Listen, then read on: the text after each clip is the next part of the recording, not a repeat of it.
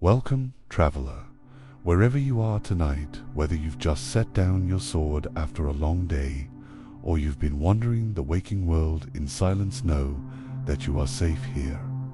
This space is for rest, for story, for something older than battle, older than kings. It is a place where myth is remembered in whispers, where ancient tales echo like wind through the branches of the Erd tree. Tonight, I'll guide you through 6 stories drawn from the world of Elden Ring. Some are tragic, others are strange, or broken, or beautiful. All of them are pieces of a world where fate is never certain, and dreams are often the beginning of something much darker. Before we begin, I'd like to gently ask a favor. If you enjoy these stories, if they bring you comfort or wonder, please consider liking this video and subscribing to the channel. It might seem small, but it truly helps others find these tales, and it helps me continue making them for you. Also, I'd love for you to leave a comment below. Tell me what time it is, where you are, and where you're listening from. It's always incredible to see how far these stories reach. From distant cities to quiet forests, mountaintops to small bedrooms lit by a single candle. It reminds me that we're all just travelers connected by the same night sky. Now, let me tell you what lies ahead first. We'll follow the path of Ranni the Witcher, daughter of royalty, marked by grace and mystery, who chose to cast away her divine flesh and walk among the stars. Hers is a tale of rebellion, of fate denied, and a long, cold journey toward freedom. Beneath moonlight and shadow, she waits. Then you'll hear of Miquella and Mohg, one a god cursed with eternal youth, who planted a secret tree in hopes of healing a broken world. The other, a lord of blood, who dragged that dream into the depths of a nightmare. This is a tale of devotion and obsession, of crimson rituals and a cocoon that holds more than it seems. Next comes Maliketh, the Black Blade, beast of burden and keeper of death itself. He guarded the rune of death with unwavering loyalty until betrayal split the world. His is the story of a silent guardian, forgotten by history, whose fall would shape the end of an age.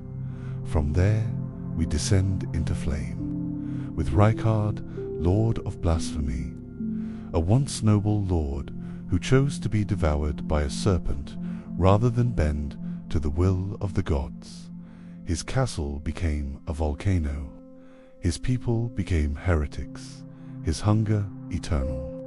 It is a tale of monstrous transformation and rebellion, where devouring the divine becomes the only path to freedom. After that, we return to the shadows, to the silent, cursed night known as the Night of Black Knives, when death itself was stolen from the gods, when assassins moved through still air to pierce the heart of the golden lineage, a single act that shattered destiny and let rot take root. This is a ghost story, wrapped in silence and soaked in moonlight. And finally, we end with something softer. The tale of the spirit jellyfish sisters, 2 souls adrift in the fog between life and death. They wander the lands between, glowing like lanterns, calling out to each other through shimmering night skies. A quiet story of love, of waiting, of voices not yet forgotten. Let these stories settle over you like snow. Let the world fade slowly as the words guide you deeper into stillness. Whether you fall asleep before the end or stay awake for every word, you are welcome here now. If you're ready, close your eyes and let the first story begin. Ranni the Witch, daughter of the Munin, the realm known as the Lands Between. Beneath the great golden light of the Erd Tree that stretched endlessly across the sky, there lived a girl whose fate was unlike any other. Her name was Ranni, a child born of moonlight and shadow, a daughter of powerful bloodlines entwined with both sorcery and royalty. The Academy of Rykard, perched atop high cliffs and crowned with towers of shimmering glintstone, was a place where the secrets of the cosmos were studied and the arts of magic were honed. It was here that Ranni came into the world, in a room bathed in cold, silver light. Her mother, Queen Rennala, the Lady of the Full Moon, was a sorceress revered for her mastery of the arcane, and her father, Rodigon, was a warrior chosen by the gods to carry their will. From the moment Ranni opened her pale eyes, the air seemed to change. There was a quiet stillness that settled in the room, as if time itself had paused to witness her arrival. Unlike most children, she did not cry, nor did she flail or fuss. Instead, she simply looked, her gaze deep and steady, as though she saw beyond the walls of the chamber and into realms far distant and mysterious. Her hair was like spun silver, falling in soft waves that caught the light of the moon. Her skin was pale as frost on winter leaves, cool to the touch and impossibly smooth. But it was her eyes large, luminous, and calm that marked her as different. They shimmered with a faint, otherworldly glow, pale blue flecks swirling within their depths, like stars trapped in a glassy night sky. Ranni's early years were spent beneath the towering spires of the Academy, surrounded by scholars and sorcerers, who marveled at her innate talents. Her mother taught her to call down the cold light of the moon, to weave delicate spells of frost and illusion. She learned to shape the very air into blades of shimmering silver, to bend shadows to her will, and to read the language of the stars. Yet, despite the beauty of her gifts, a quiet sorrow rested within her heart. The world was ruled by the greater will, a force unseen but unyielding, which imposed the laws of the Golden Order on all living things. The Erd Tree was its symbol, a beacon of light, life, and unbending destiny. Every soul was bound by its law, every path preordained. Ranni felt those invisible chains tighten around her spirit. She saw the golden light as a cage, trapping the world in an endless cycle of order and decay. At night, when the Academy slept and the golden glow of the Erd Tree faded into the dark canopy above, Ranni would slip away to her chamber window. There, she whispered softly to the moon, letting her words drift on the cold night air. The stars, ancient and silent watchers, seemed to listen. Their faint light twinkled in response, promising mysteries and freedoms beyond the grasp of mortal laws. In secret, she sought out forbidden texts, hidden deep within the Academy's vaults. These dusty tomes spoke of gods long fallen, of realms lost beyond time, and of power that transcended mortal and divine alike. Within their fragile pages, Ranni found whispers of the rune of destined death, a fragment of ancient power capable of severing the threads that bound life to fate. The knowledge filled her with both awe and fear. To claim such power meant defying the very laws that governed the world, a dangerous rebellion against the Golden Order. As years passed, the weight of her destiny pressed harder upon her shoulders. Her family was no stranger to tragedy. Her twin brother Radin, strong and proud, became ensnared in endless conflict, fighting a war against the very stars themselves. Another brother, Rykard, succumbed to darkness, binding himself to a serpentine god in a pact that twisted both body and soul. Ranni watched their fates with a mixture of sorrow and resolve. She could not follow the path of war or madness. Her heart longed for freedom, a freedom beyond blood and flame. One cold, quiet night, beneath the full moon's gentle glow, Ranni made a choice that would forever alter the course of the lands. Between Dot, she would cast off her mortal form, sever the bonds that chained her to a destiny not of her own making. In the secret heart of the academy, she performed an ancient ritual, her voice barely a whisper. The air around her shimmered with cold light as she called upon the power of the stars and the hidden forces of the cosmos. Her body, once a vessel of divine blood and mortal flesh, began to fade like mist.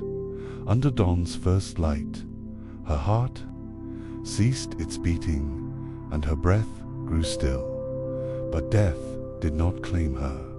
Her soul slipped free, finding refuge in a new form, a delicate doll crafted with exquisite care. Pale and fragile, adorned in robes of deep blue and silver, her eyes glowed faintly with the light of distant stars. In this form, Ranni was free, no longer bound by flesh, blood, or the will of gods. She moved silently through the shadows. Her voice was soft, distant, and yet filled with quiet authority. For many years, she vanished from the eyes of men, a ghost in the mists of the world. The lands between writhed in chaos. Demigods waged brutal wars, kingdoms rose and fell, and the sky darkened with sorrow and despair. Yet, in secret, Ranni gathered allies who would walk with her path. Blade, the fierce half-elf warrior, pledged his loyalty and honor to her cause. Soothe, the cunning war counselor, offered his sly counsel and deep knowledge of arcane politics. And Ojira, the spectral dragon of the night, whose cold breath whispered secrets of darkness and ice, pledged his power to her. Together, they moved through hidden places, forgotten groves where the moonlight lingered like a blessing, ruined castles overrun with silence, and ancient caverns where fallen stars lay buried beneath dust and shadow. One day, a tarnished arrived, a wanderer marked by fate, lost between worlds and seeking their own destiny. Ranni's voice reached them. Through the veil of shadows, gentle and commanding, she offered a pact: serve her, and she would guide them beyond the endless cycle of war and ruin, toward a new future ruled not by flame or blood, but by the quiet light of the stars. Together they journeyed through the deep places of the world, beneath the earth into the ruined city of Nokron, where the very sky had fallen. There the stars lay scattered like shattered dreams, hidden beneath layers of dust and forgotten sorrow. They faced horrors born of rot and shadow, puppets animated by lost souls, beasts twisted by corruption, and the creeping silence of oblivion. Through every trial, Ranni remained a figure of calm certainty. Her words were few, but each held weight and meaning. Beneath her delicate mask, a spark of hope burned quietly. Her family's madness and sacrifice haunted her steps, but she refused to walk their path.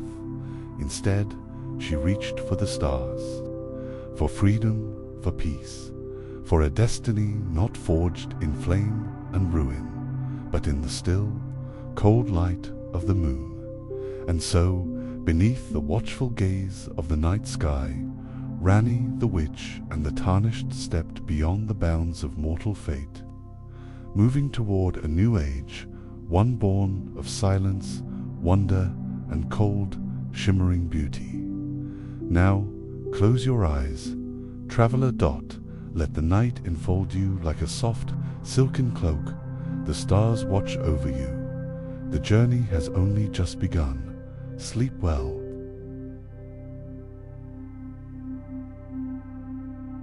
Miquella and Mohg, the twins of moon and blood, beneath the boundless branches of the Halig tree. Deep within the sacred groves where the earth whispered secrets long forgotten, two lives stirred in the silence of the night.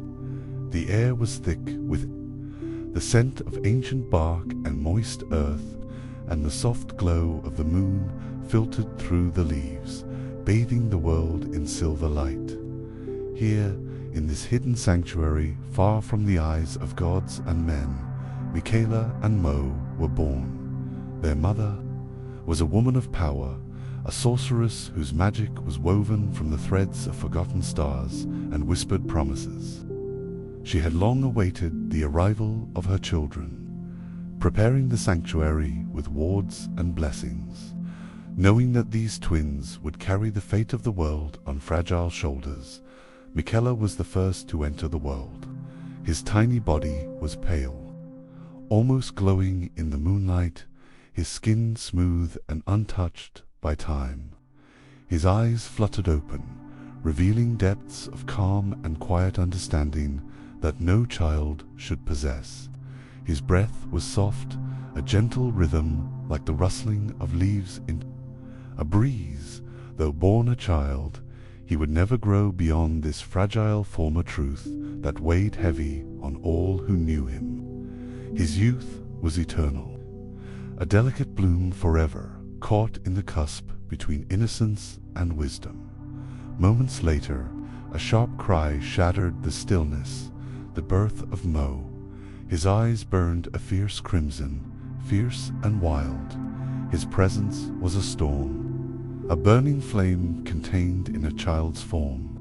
Where Miquella was serenity, Mohg was hunger. Where one was light, the other was shadow. Yet, despite their differences, their hearts beat in unison, bound by blood and an unspoken bond, deeper than words. Their mother wrapped them both in silken cloths, her hands trembling as she whispered blessings into the night air. She knew the burdens they bore, the curse that trapped Miquella's form, the dark hunger that fueled Mohg's spirit, and the destiny that awaited them both one, that would tear them apart and bind them forever. As the days passed beneath the Halig embrace, the twins grew, though Miquella's growth was only in spirit and power, never in body. He learned to touch the world gently, to heal wounds with a soft hand, to calm pain with a soothing word. His sanctuary blossomed, a place of respite amid the harshness of the lands between. Those who sought refuge found peace in his presence. Drawn to the quiet light that never dimmed, Mohg, by contrast, was restless and fierce. He listened to the ancient whispers carried on the wind, to the dark promises hidden beneath the moon's glow. He sought power not for healing, but for dominion.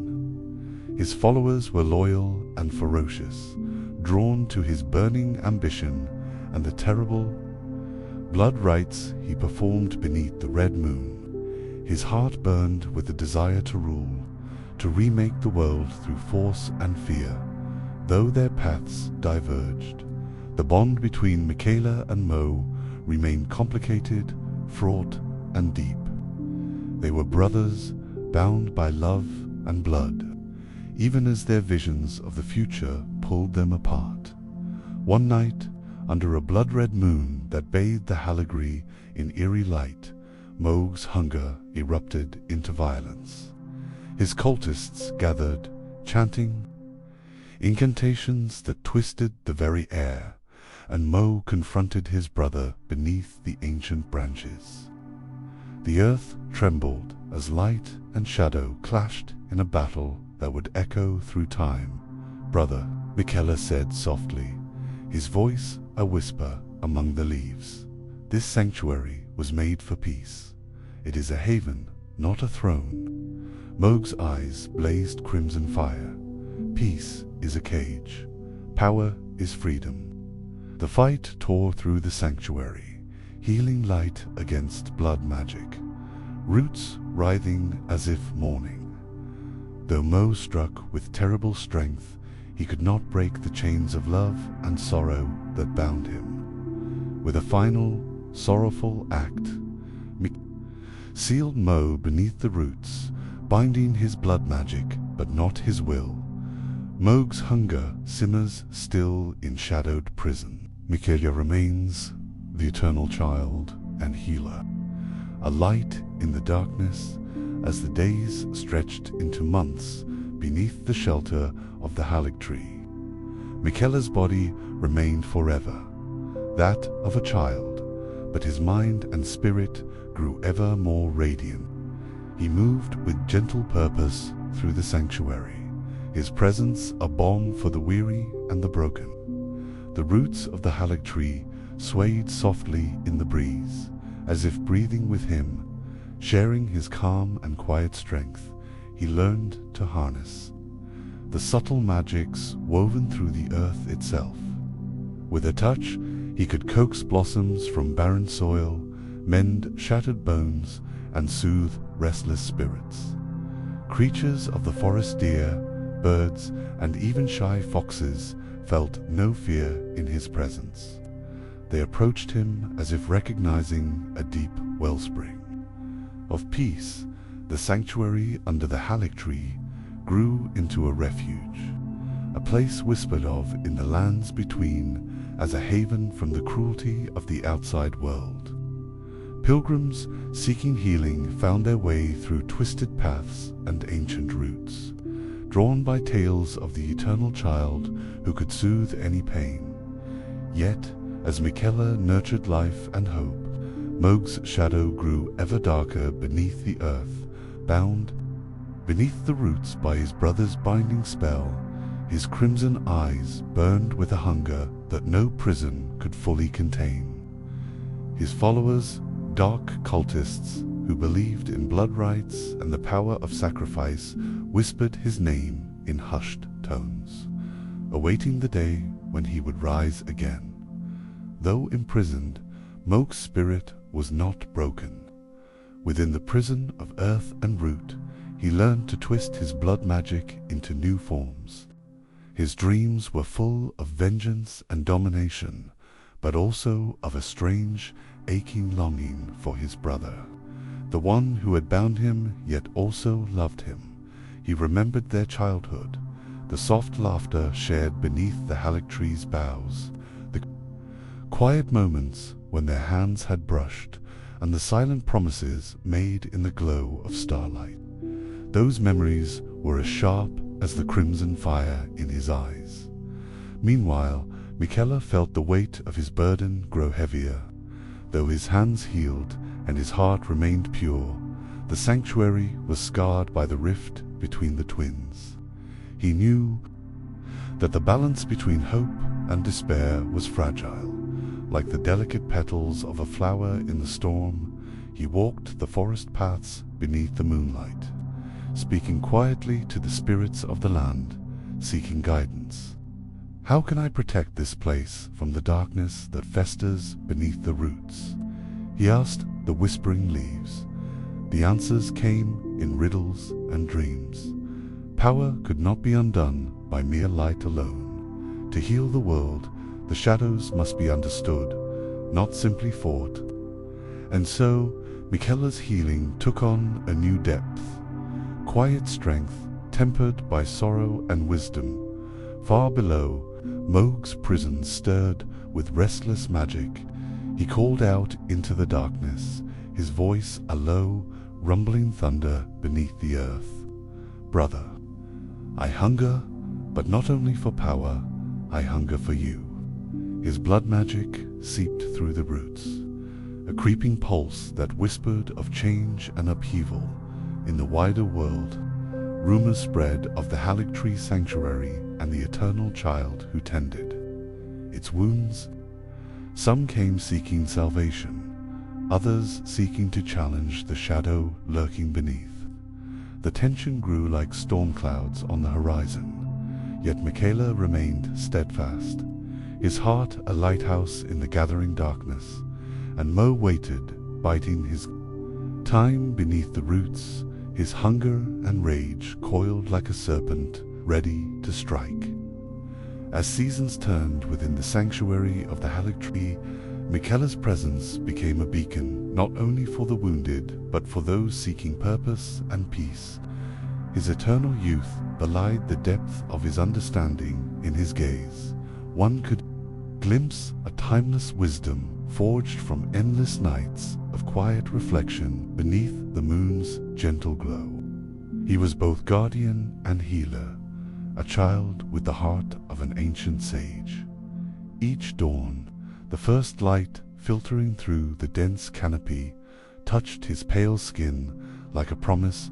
His fingers traced the veins of leaves, coaxing new life where decay threatened to spread. The air around him hummed softly with magic, a delicate symphony of growth and renewal. Flowers blossomed where his feet had walked, and the broken found strength in his tender care. Yet beneath this serene facade lay the constant, aching knowledge of his brother's prison beneath the earth. Mohg, bound by the roots, yet unyielding, in spirit was a constant shadow in Miquella's mind. He felt the pulse of Mohg's blood magic through the earth, a dark heartbeat echoing beneath the sanctuary. The love that bound them was twisted with sorrow and fear, for Miquella understood that his brother's hunger was not merely for power, but for something far more profound, a desperate longing to be free and to be understood. The sanctuary's peace was fragile.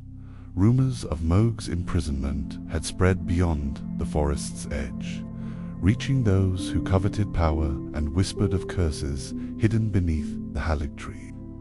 Some came cloaked in shadow, seeking to harness Mohg's blood magic for their own ends.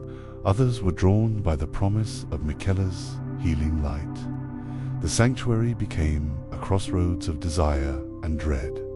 Miquel La welcomed those who sought refuge, tending wounds of flesh and spirit alike, his voice a soothing lullaby in the dark. He spoke little of the darkness beneath, yet his eyes held the weight of unspoken burdens. In the quiet moments before dawn, he would sit beneath the great tree, whispering ancient prayers to the spirits of the land, asking for strength to bear the loneliness that came with eternal youth and impossible hope.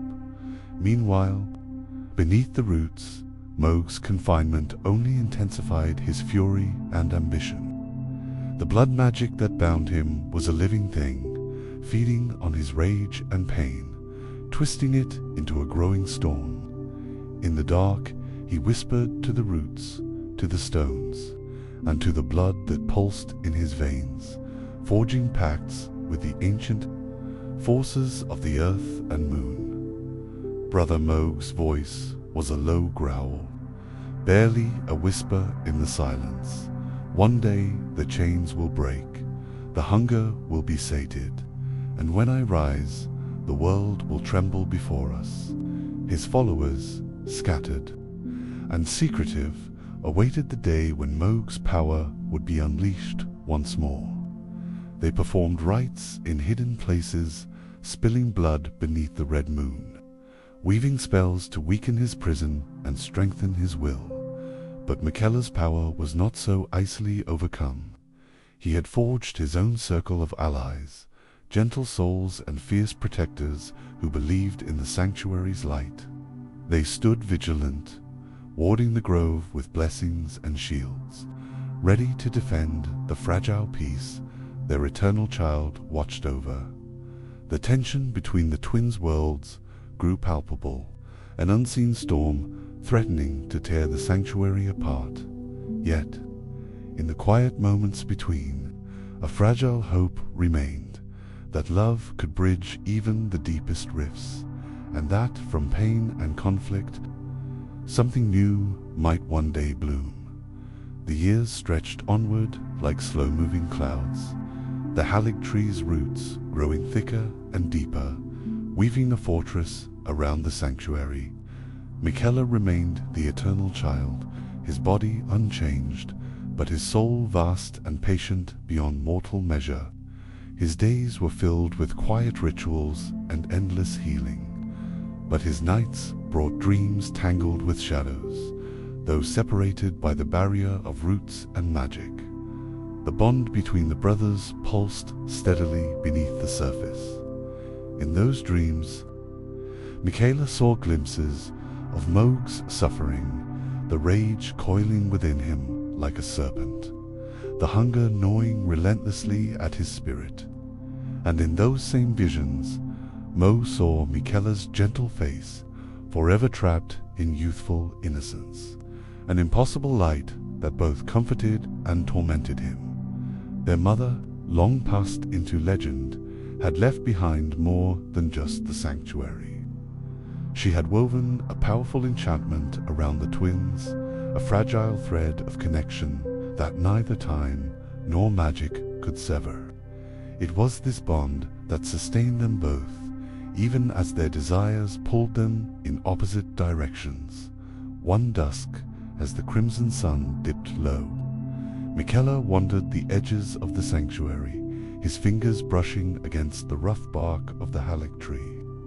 The air was thick with the scent of earth and moss, but beneath it was something darker, a faint tremor in the magic that sang through the land. His heart tightened. Mohg was stirring Dot far beneath the roots. Mohg's prison cracked with whispered power. The blood magic that bound him pulsed with renewed strength, fed by the sacrifices of his cultists and the latent hunger that could not be quelled. He stretched his limbs within the earth's grasp, feeling the slow but inevitable weakening of his chains. "I will break free," he murmured, voice raw with promise. "And when I do, the world will burn in my hunger." But even as he spoke, a flicker of something else stirred in his heart, a memory of tenderness, of the brother who had bound him not out of hatred, but sorrow and love. Miquella felt the shift like a ripple through the sanctuary's core. His breath caught, but he remained calm, steady as the ancient tree itself. "Brother," he whispered to the night, "I am here." The tension between them was a living thing, a fragile thread stretching taut between light and shadow. Neither could fully sever the other, nor fully embrace.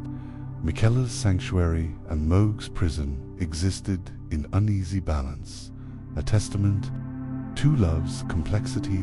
Word of Mohg's impending awakening spread quietly through the lands. Cultists and power seekers alike prepared, drawn by the promise of chaos and rebirth. The sanctuary, once a quiet refuge, braced itself against the storm to come. Miquella gathered those who stood with him, warriors, healers, and mystics alike, their faces marked with determination and fear. "We protect hope," he told them softly, "even when it feels impossible." As the blood moon approached, casting its ominous glow over the halig tree, the brothers stood poised on the edge of destiny. The roots held Mohg still, but the hunger beneath was growing, and Miquella, eternal and patient, prepared to face the reckoning. Beneath the blood moon's eerie crimson light, the halig tree stood as a silent sentinel, its great branches swaying softly in the chill night breeze. The sanctuary, usually a place of calm and healing, was now charged with tension so thick it seemed to ripple through the air itself. Miquella, pale and still as ever, stood beneath the tree's ancient boughs, his eyes reflecting the ominous glow of the moon. Around him, the allies he had gathered waited in hushed anticipation, their faces etched with both hope and fear. The time had come. Deep beneath the earth, Mohg stirred within his prison. The blood magic that bound him pulsed like a living heart, each pulse feeding his strength and resolve. The sacrifice of his cultists above seeped into the soil, unraveling the ancient seals woven by Miquella and their mother long ago. Tendrils of crimson light flickered and twisted around the roots, snaking outward like serpents seeking freedom. Mohg's eyes snapped open, burning with relentless hunger and fury. His voice, a low and thunderous growl, echoed through the dark caverns beneath the Halig tree. Freedom will come, blood will be spilled. The world will kneel before the might of the Bloodlord. Above, Miquella raised his hand, chanting words older than time itself. His voice was calm but firm, a steady anchor amid the storm. His healing magic shimmered in a gentle aura around the sanctuary, a protective shield against the encroaching chaos. Yet, even as the battle between light and shadow unfolded, an unspoken sorrow hung heavy in the air. The brothers' love, twisted and strained by fate, was the heart of this conflict. Miquella did not wish to destroy Mohg. He longed to save him from the hunger that consumed his soul. Mohg, in turn, craved not only power but the understanding and acceptance he felt denied. The first clash came as Mohg shattered part of his prison, his blood magic flaring wildly, twisting roots into weapons of wrath. His followers surged from the shadows, bearing sigils soaked in sacrifice, their cries a dreadful chorus that tore through the night. Miquel, La and his protectors met them with resolute hearts, healing and light intertwined with fierce battle cries. The sanctuary trembled as blood and light collided beneath the Halig tree's eternal watch. Amid the chaos, the two brothers found themselves face to face once more. Miquella's eyes shone with sorrow and determination. Mohg's blazed with unyielding hunger and a flicker of something almost tender. Brother Miquella whispered, voice breaking with pain, there is still hope. You do not have to be lost to this hunger. Mohg's fierce gaze softened, if only for a heartbeat. Hope ... is a fragile thing, but perhaps it is all we have. Their conflict paused in that moment, a fragile breath between war and redemption. Yet the tides of fate were unyielding, and the battle surged onward. The night stretched long, filled with bloodshed and whispered prayers.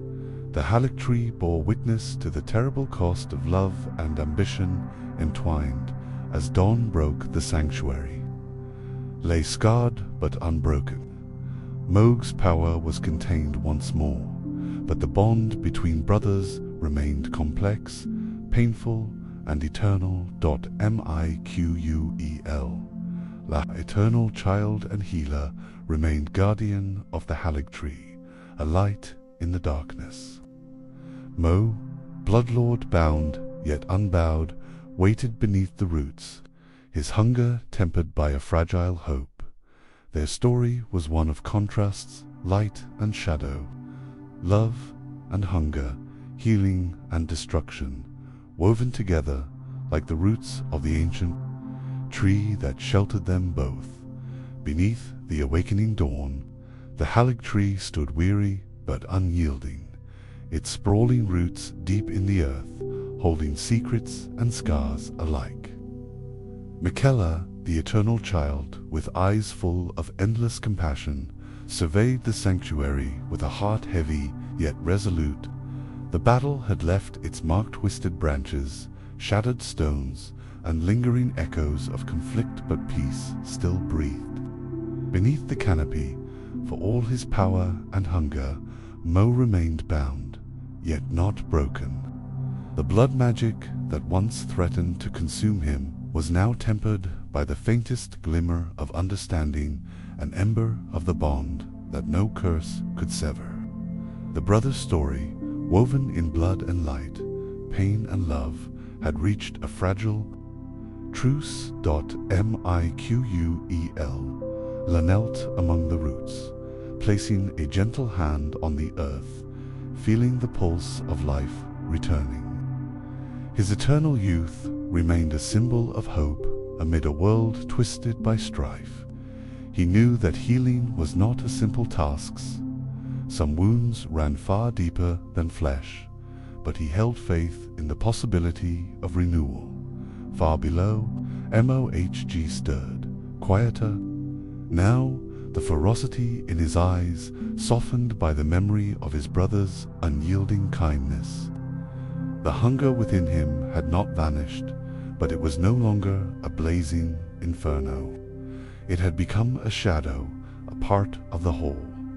Their mother's enchantment, woven from love and sorrow, endured, binding them not just as siblings, but as eternal mirrors, reflecting the complexity of the lands between itself. The Halicree's sanctuary, guarded by Miquella's gentle light, remained a place where hope could take root, even in the face of darkness. Though their fates were entwined in struggle and longing, the brothers stood as living proof that love could persist beyond curse and chaos.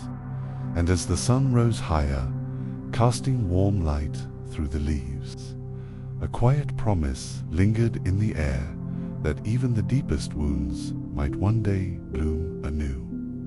Their story was not an end, but a beginning, a reminder that in the dance of light and shadow, healing and hunger, the heart of the world beats on, eternal and unbroken.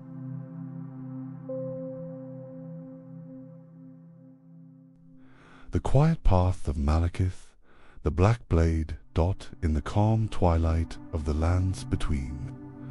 The sky was slowly painting itself with soft strokes of gold fading into lavender, and the gentle hush of evening settled like a comforting blanket over the ancient forest.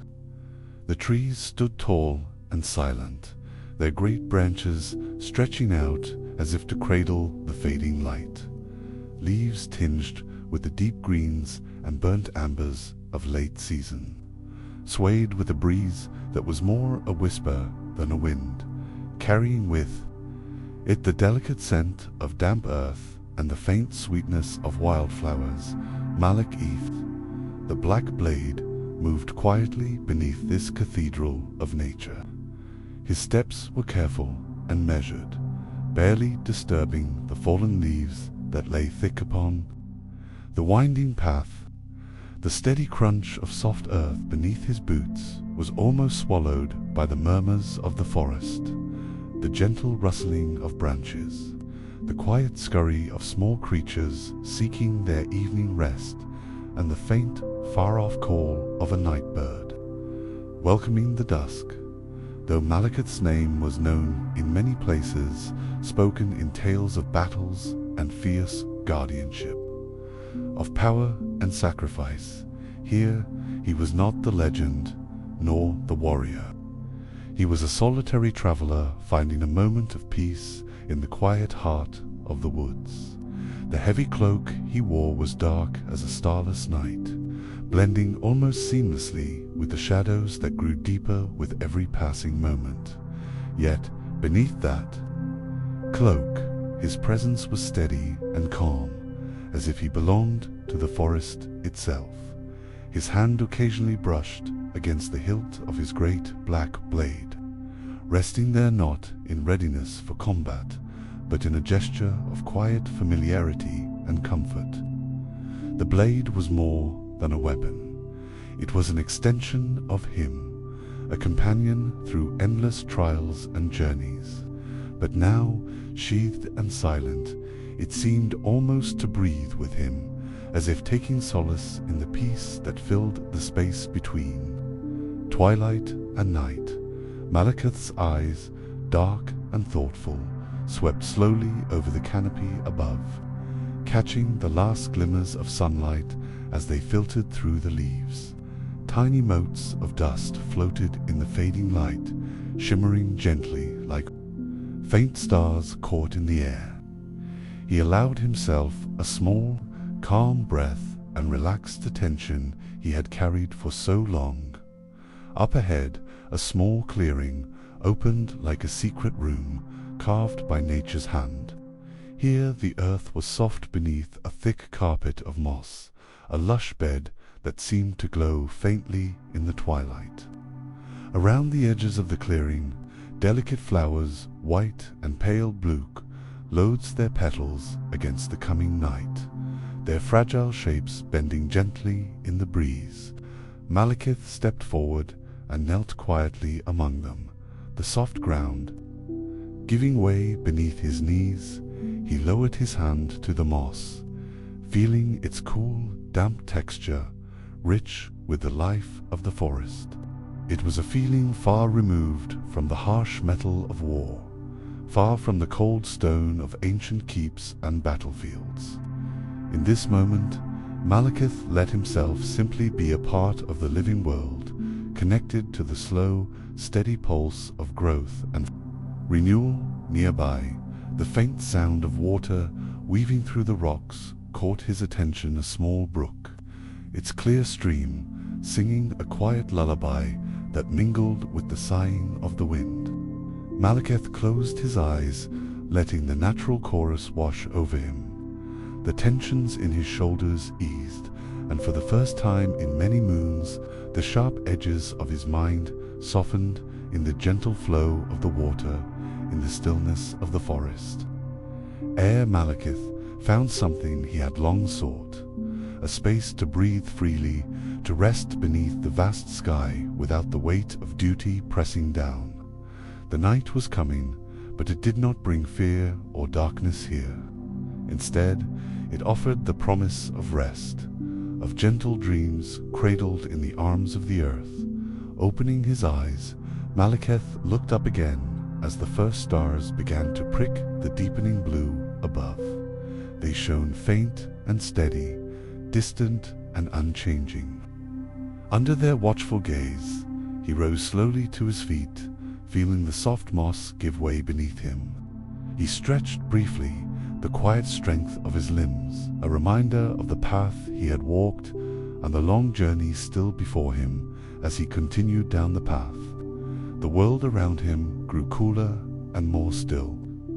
The trees seemed to lean closer, as if to share their silent secrets with him. The night sounds an owl's gentle call. The rustle of small feet in the underbrush wove a gentle symphony that cradled his steps. Maliketh's thoughts drifted as he walked. Memories flickered at the edges of his mind, faces and places from long ago, moments of light and shadow intertwined. But he did not dwell on them. Instead, he let the serenity of the forest guide him forward, each step a quiet meditation, each breath a steady rhythm. The path curved gently beneath the trees, leading him toward a low hill where the view stretched wide. Maliketh climbed slowly, the soft earth welcoming his careful steps. When he reached the crest, he paused and looked out over the rolling landscape bathed in moonlight. Below, the lands between spread out like a living tapestry, hills and rivers, forests and fields, all touched by the silver glow of night. Far in the distance, the faint shimmer of distant lights hinted at villages and settlements, places of warmth and rest. Maliketh felt a quiet connection to it all, a sense that even the darkest blades could find peace in a world so vast and alive.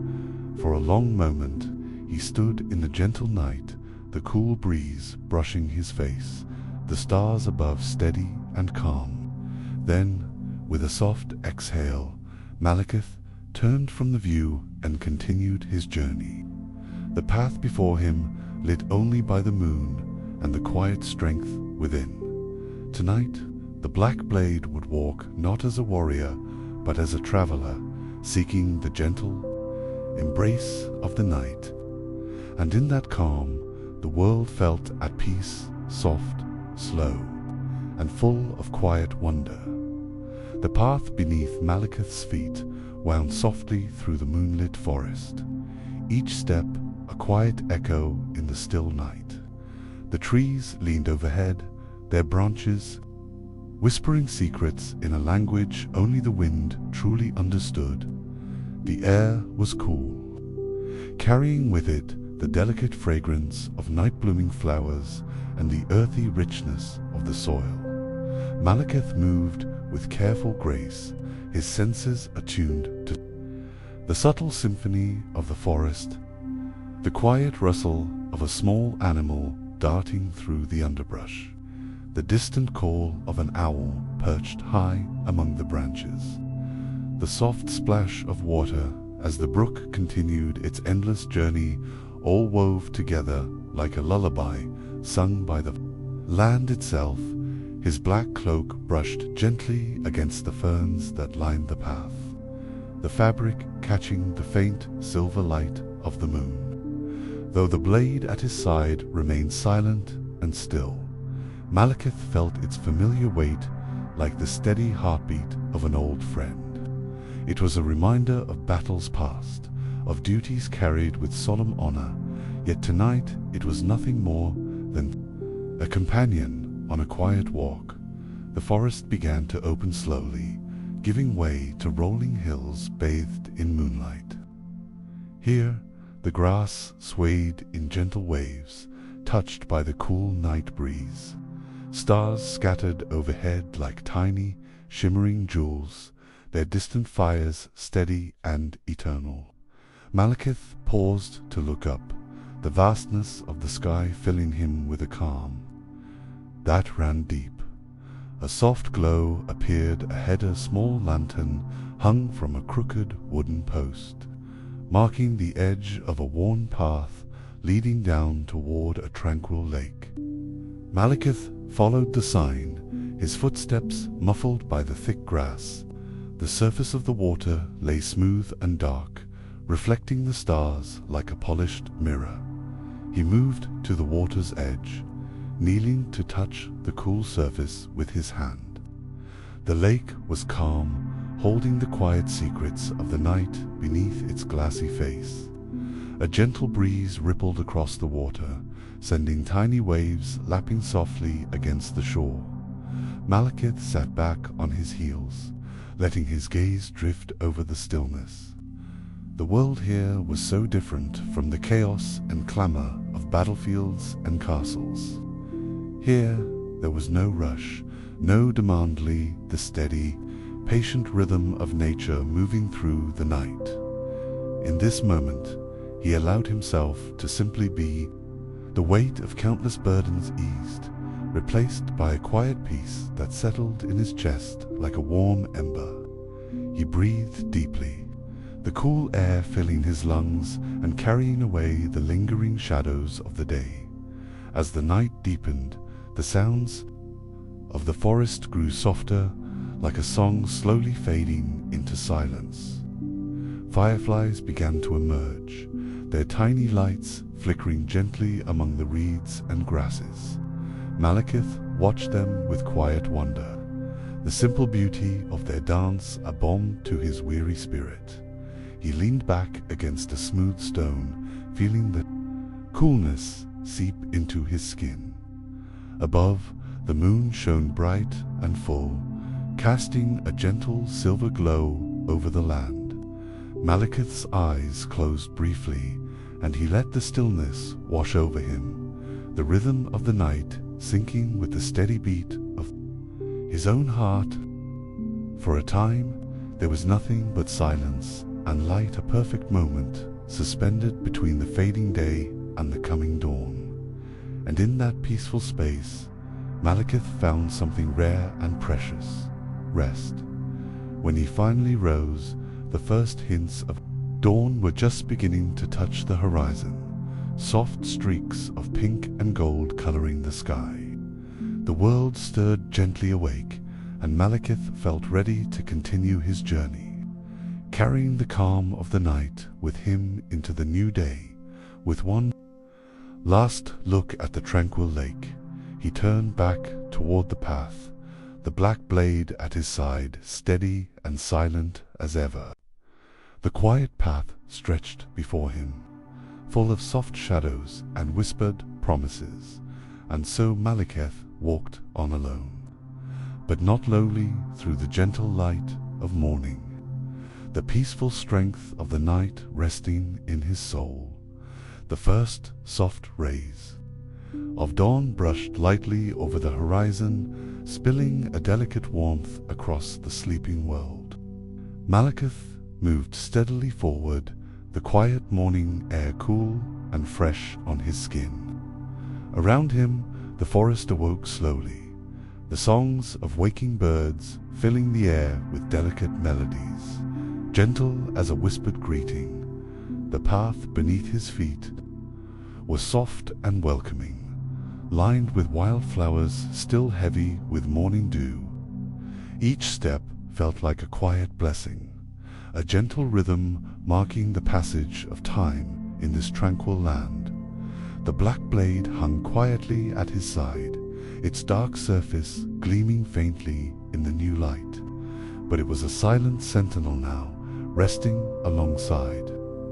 Its master, Maliketh's thoughts drifted with the breeze, as light and fluid as the shifting clouds overhead. Memories came softly of distant places, ancient halls, and faces touched by both kindness and sorrow. Yet these thoughts passed through him like leaves on a stream, never settling long enough to disturb the peace that had grown within. Ahead, the path curved gently upward toward a ridge where tall pines stood like watchful guardians. Maliketh climbed slowly, savoring the quiet strength of the trees. Their needles whispered above him, and the scent of pine mingled with the crisp morning air. Refreshing and pure. At the ridge, Maliketh paused and looked out over the lands below. The rolling hills were bathed in the soft golden light of dawn, mist curling like gentle smoke between the trees and valleys. The world was waking slowly, the delicate colors of morning stretching far and wide. He inhaled deeply, letting the serene beauty fill his senses and quiet the last restless shadows. Within, here, at the edge of the world, Maliketh felt a gentle clarity, a stillness that promised calm even in the midst of uncertainty. After a moment, he resumed his journey, descending the ridge and following the path that wound toward a small village. Nestled between the hills, the houses were simple and sturdy, their thatched roofs glowing warmly in the morning sun. Smoke curled from chimneys, and the faint sounds of laughter footsteps. The clink of tools reached his ears like a soft invitation. Maliketh approached slowly, careful not to disturb the peaceful rhythm of the village waking from its rest. Children played quietly near a well, their laughter light and free, while elders sat on wooden benches, sharing stories in the gentle warmth of the day. Though Maliketh was known to many as the Black Blade, here he was just a traveler, a quiet presence passing through. He offered a small nod to a few familiar faces, who returned his greeting with warm smiles. The simplicity of their lives, their quiet joys and struggles, reminded him of the fragile beauty hidden in even the smallest moments. By the village edge, Maliketh found a shaded grove, where a clear spring bubbled softly. He knelt and cupped his hands, drinking the cool water that refreshed his spirit as much as his body. The gentle murmur of the spring was like a song of healing, a promise that even the darkest paths could lead to light. As the sun climbed higher, warming the earth and stirring the trees into lively rustles, Maliketh rested briefly beneath the spreading branches. The black blade lay beside him, silent and still, a companion in this rare moment of peace. In the quiet shade, Maliketh closed his eyes and let the steady pulse of the forest surround him. The day was young, full of possibilities, and though his journey was far from over, the calm strength he found here carried him forward. The black blade, the night, the dawn, all woven together in a gentle tapestry of light and shadow. Maliketh's path stretched onward, a quiet journey beneath endless skies, where even the darkest souls might find their way home. The village slowly faded behind Maliketh as he ventured onward, the sounds of laughter and daily life replaced by the whispering wind and the soft crunch of earth beneath his feet. The path now led him into a wide meadow where wild grasses swayed in lazy waves beneath a sky brushed with soft pastel clouds. The sunlight draped the field like a warm golden veil, and the air was filled with the hum of bees and the distant calls of birds greeting the day. Maliketh moved through the meadow with an ease born of long habit and quiet purpose. He paused to watch a pair of butterflies weaving lazily through the flowers, their delicate wings catching the light with every flutter. The sight was simple, yet somehow profound in its gentle beauty, quiet reminder of life's small, tender moments. As he continued, the ground began to slope gently upward toward a line of ancient trees standing like silent sentinels at the edge of the meadow. Their bark was thick and knotted, marked by time and weather, and their leaves whispered stories carried on the breeze.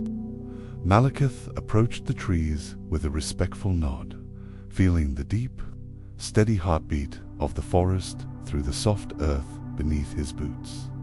Stepping beneath the canopy, the light shifted to a calm, filtered green, and the air grew cooler and more still. The scent of pine and damp earth wrapped around him like a soft cloak. Here, in this quiet sanctuary, the sounds of the outside world fell away, leaving only the gentle murmur of leaves and the faint rustle of small creatures moving. Through the undergrowth, Maliketh settled on a mossy stone, his cloak folding softly around him. The black blade rested across his knees, dark and gleaming even in the shaded light. For a long moment he simply sat, eyes closed, breathing in the peace of the forest. The steady rhythm of his heartbeat seemed to join the natural pulse of the woods, a calm harmony between man and nature. From deep within the forest came the faint sound of running water. Maliketh's eyes opened, and he stood, following the delicate melody through the trees.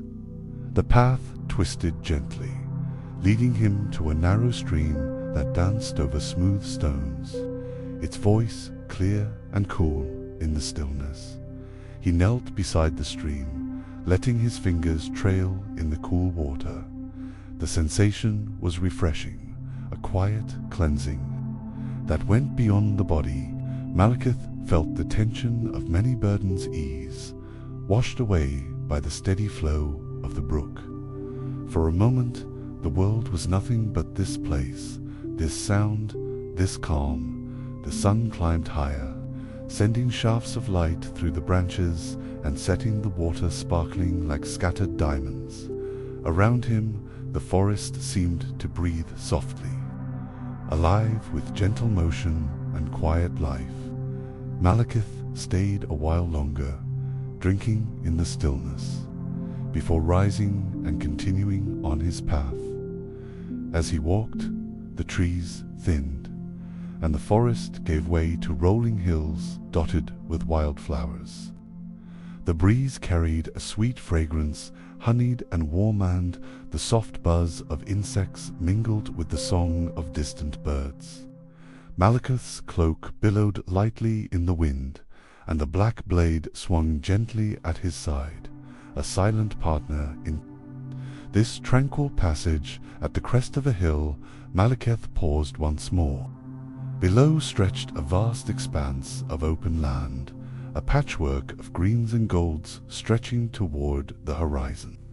The sky above was a vast, endless dome, painted with the delicate hues of approaching afternoon. He took a deep breath, savoring the quiet majesty of the scene. Here, beneath the wide sky, Maliketh felt the weight of the world's shift, becoming lighter, more manageable. The path before him was long and winding, but in this moment it was also filled with promise. Slowly Maliketh descended the hill, stepping down into the warm light.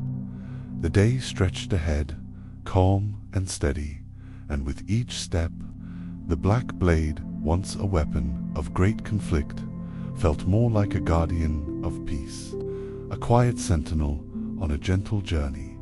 And so beneath the endless sky and soft whispering winds, Maliketh walked onward, carrying the calm of the forest and the light of the meadow within him, ready for whatever the quiet road might bring. The sun hung high now, casting a warm, golden light that filtered softly through scattered clouds. Maliketh's footsteps moved steadily across the gentle slope of the hill, where grasses bowed slightly beneath the breeze and wildflowers swayed like a silent sea. Each step was deliberate and unhurried, a rhythm that echoed the calm pulse of the world around him. The black blade rested comfortably at his side, its dark surface catching fleeting glimmers of light, but never demanding attention. Maliketh's mind was quiet, his thoughts drifting like soft clouds across a clear sky. There was no urgency, here only the steady unfolding of the day and the peaceful journey beneath it. Ahead, the path curved toward a small copse of silver birch trees, their slender trunks glowing softly in the afternoon sun. Maliketh approached, feeling a gentle coolness settle in the shade beneath their delicate leaves. He paused for a moment, stretching his arms above his head and taking in the serene beauty of the grove. Birdsong filled the air, a clear, joyful melody that seemed to dance between the branches. A pair of songbirds flitted close by, their bright eyes curious but unafraid. Maliketh watched quietly, a faint smile touching his lips. Here in this tranquil haven, the world felt pure and untroubled, a place where even a blade could rest. Moving slowly, he stepped deeper into the grove, the soft carpet of fallen leaves cushioning his steps. The air smelled faintly of honey and fresh earth, and the light played among the branches in shifting patterns. Maliketh found a smooth, moss-covered stone beneath a tree and settled down, letting the gentle quiet wrap around him. He rested his hands on the black blade's hilt, feeling the familiar contours beneath his fingers. Though a weapon of great power, it was also a symbol of protection, a reminder of the strength that could be found in calm and restraint. Maliketh closed his eyes, allowing himself to sink into the peaceful moment. Time seemed to slow, the world shrinking to the soothing sounds of the grove, the rustle of leaves, the distant murmur of a brook, the soft flutter of wings. His breath evened, deep and steady, syncing with the quiet heartbeat of the forest. When he opened his eyes again, the light had shifted, golden rays piercing the canopy and casting gentle warmth upon the earth. The day was moving onward, yet Maliketh felt no need to hurry. The journey was not just about reaching a destination, but about finding these quiet moments where the soul could breathe, Rising slowly, he continued along the path that led beyond the grove. The land began to open once more, revealing a wide plain dotted with stones and low shrubs. The sky stretched endlessly overhead, a vast expanse of soft blue with wisps of white clouds drifting lazily. In the distance, Maliketh spotted a lone tree standing tall against the horizon, a solitary sentinel watching over the land. Drawn toward it, he quickened his pace, the gentle breeze carrying whispers of distant places and forgotten stories. Reaching the tree, he stood beneath its broad branches, feeling the steady strength of its trunk. The shade it offered was cool and inviting, a shelter in the open plain. Maliketh leaned against the bark, closing his eyes and letting the wind brush softly across his face. The world here was vast and quiet, yet full of life and possibility. Even the black blade, a weapon forged in shadow and strife, seemed to soften in this gentle light. Maliketh breathed deeply, the peace of the moment settling deep within him. As the afternoon waned, the sky began to blush with the first hints of evening. The soft colors stretched across the horizon, pale pinks, gentle oranges, and the faintest touch of lavender. Maliketh remained beneath the tree, watching as the day gave way to twilight, the quiet path of his journey unfolding like a gentle story written beneath the sky. And so, with the black blade resting quietly at his side, Maliketh stood alone but at peace, walking softly between light and shadow, a guardian of calm in a world ever-changing, ever-beautiful. As twilight deepened, the sky transformed into a canvas of soft purples and deepening blues, speckled with the first twinkling stars. Maliketh stood beneath the broad branches of the lone tree, feeling the steady heartbeat of the earth beneath his feet. The gentle rustle of leaves above sang a quiet lullaby, and the cool evening breeze wrapped around him like a familiar embrace. The black blade hung silently at his side, its dark surface blending almost seamlessly with the shadows gathering round him. Yet tonight it was more a symbol of quiet strength than of conflictor, companion on a path where peace was sought rather than battle. Maliketh's gaze lifted slowly to the heavens, where constellations shimmered faintly, tracing ancient stories in the night sky. The stars, steady and calm, seemed to watch over the lands between with timeless patience. In their quiet light, he found a sense of stillness, a moment suspended between worlds. A soft sound caught his attention, a gentle trickle of water nearby. Moving calmly, he followed the sound through the gathering darkness, guided by the silver gleam of moonlight filtering through the trees. The path led him to a small spring nestled among moss-covered stones, its water clear and cool as crystal. Kneeling by the spring, Maliketh cupped the water in his hands, letting it wash over his skin in a refreshing caress. The quiet bubbling was a soothing song, a reminder of the simple, enduring flow of life. He drank deeply, feeling the coolness seep into him, renewing and calming. Sitting back on a smooth stone beside the spring, Maliketh allowed himself to relax fully. The journey, wandering through meadow and forest and plain, settled gently in his mind. The black blade rested quietly beside him, still and serene. The night air grew cooler, but Maliketh welcomed the chill, feeling it sharpen the edges of his calm. Around him, the forest held its breath in quiet reverence, the creatures of the night stirring softly in the shadows. For a long while he sat in silence, the steady pulse of the spring blending with the soft symphony of the night. The stars above twinkled brighter, as if offering their own quiet blessing. Eventually, Maliketh rose, feeling the serene strength that comes from moments like these, the moments between journeys, where the soul finds rest and the heart can beat.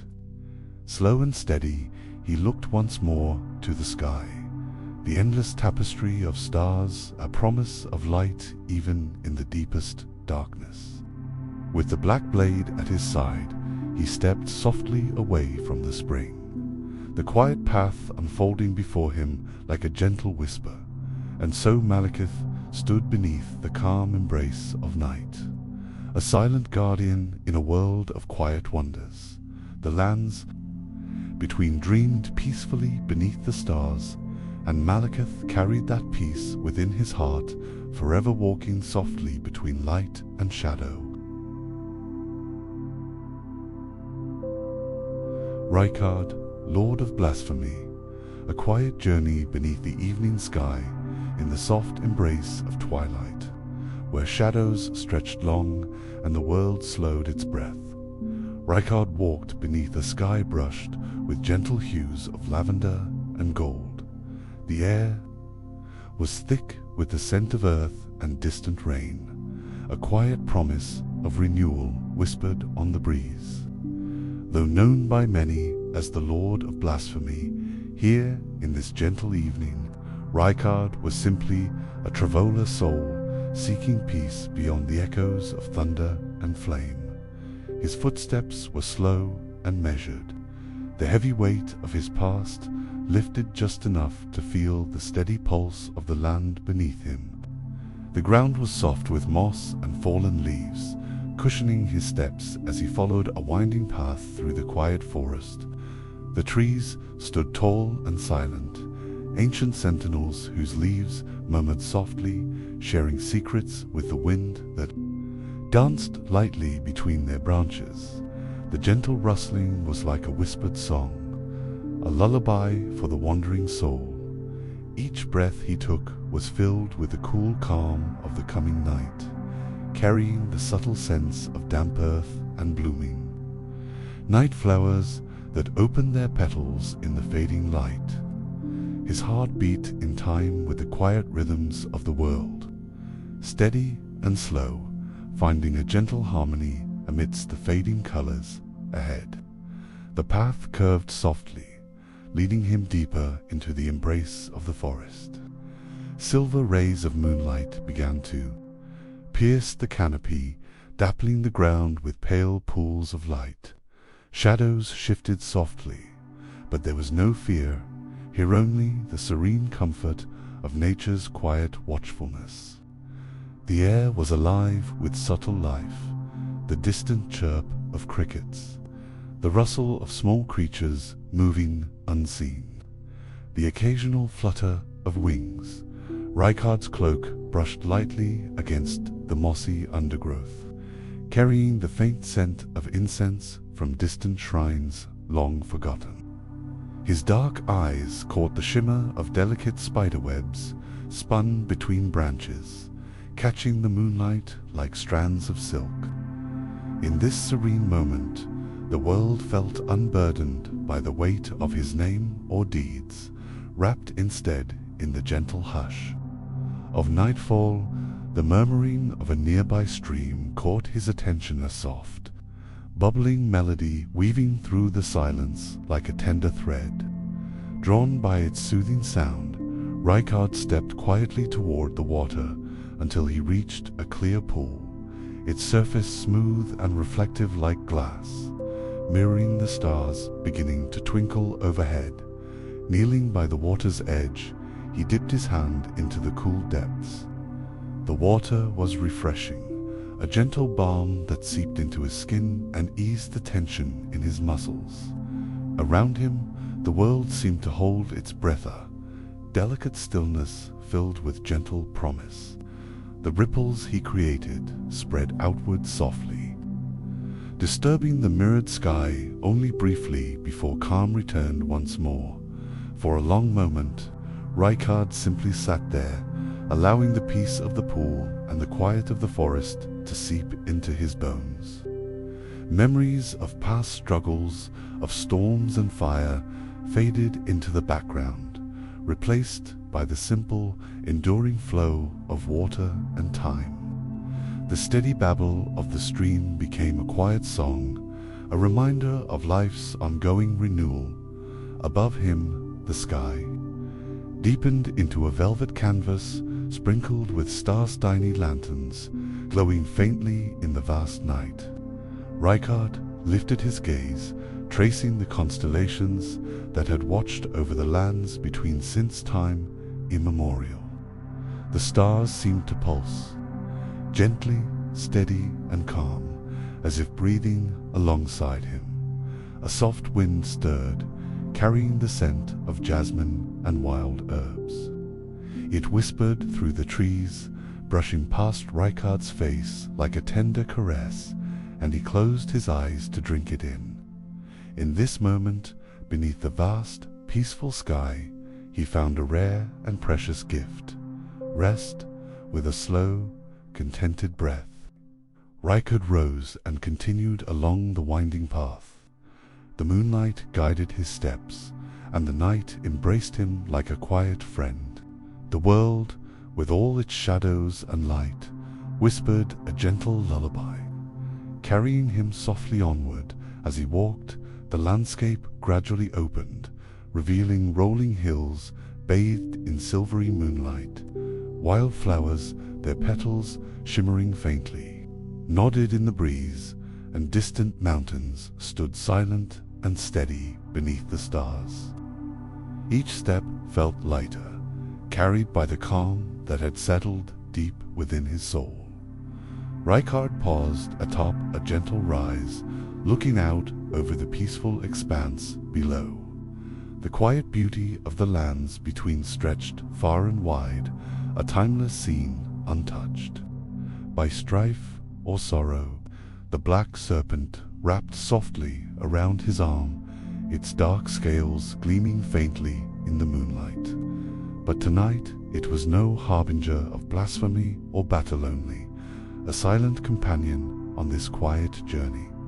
Here, beneath the endless sky, Rykard felt a gentle clarity of stillness that promised peace, even in a world shaped by shadows.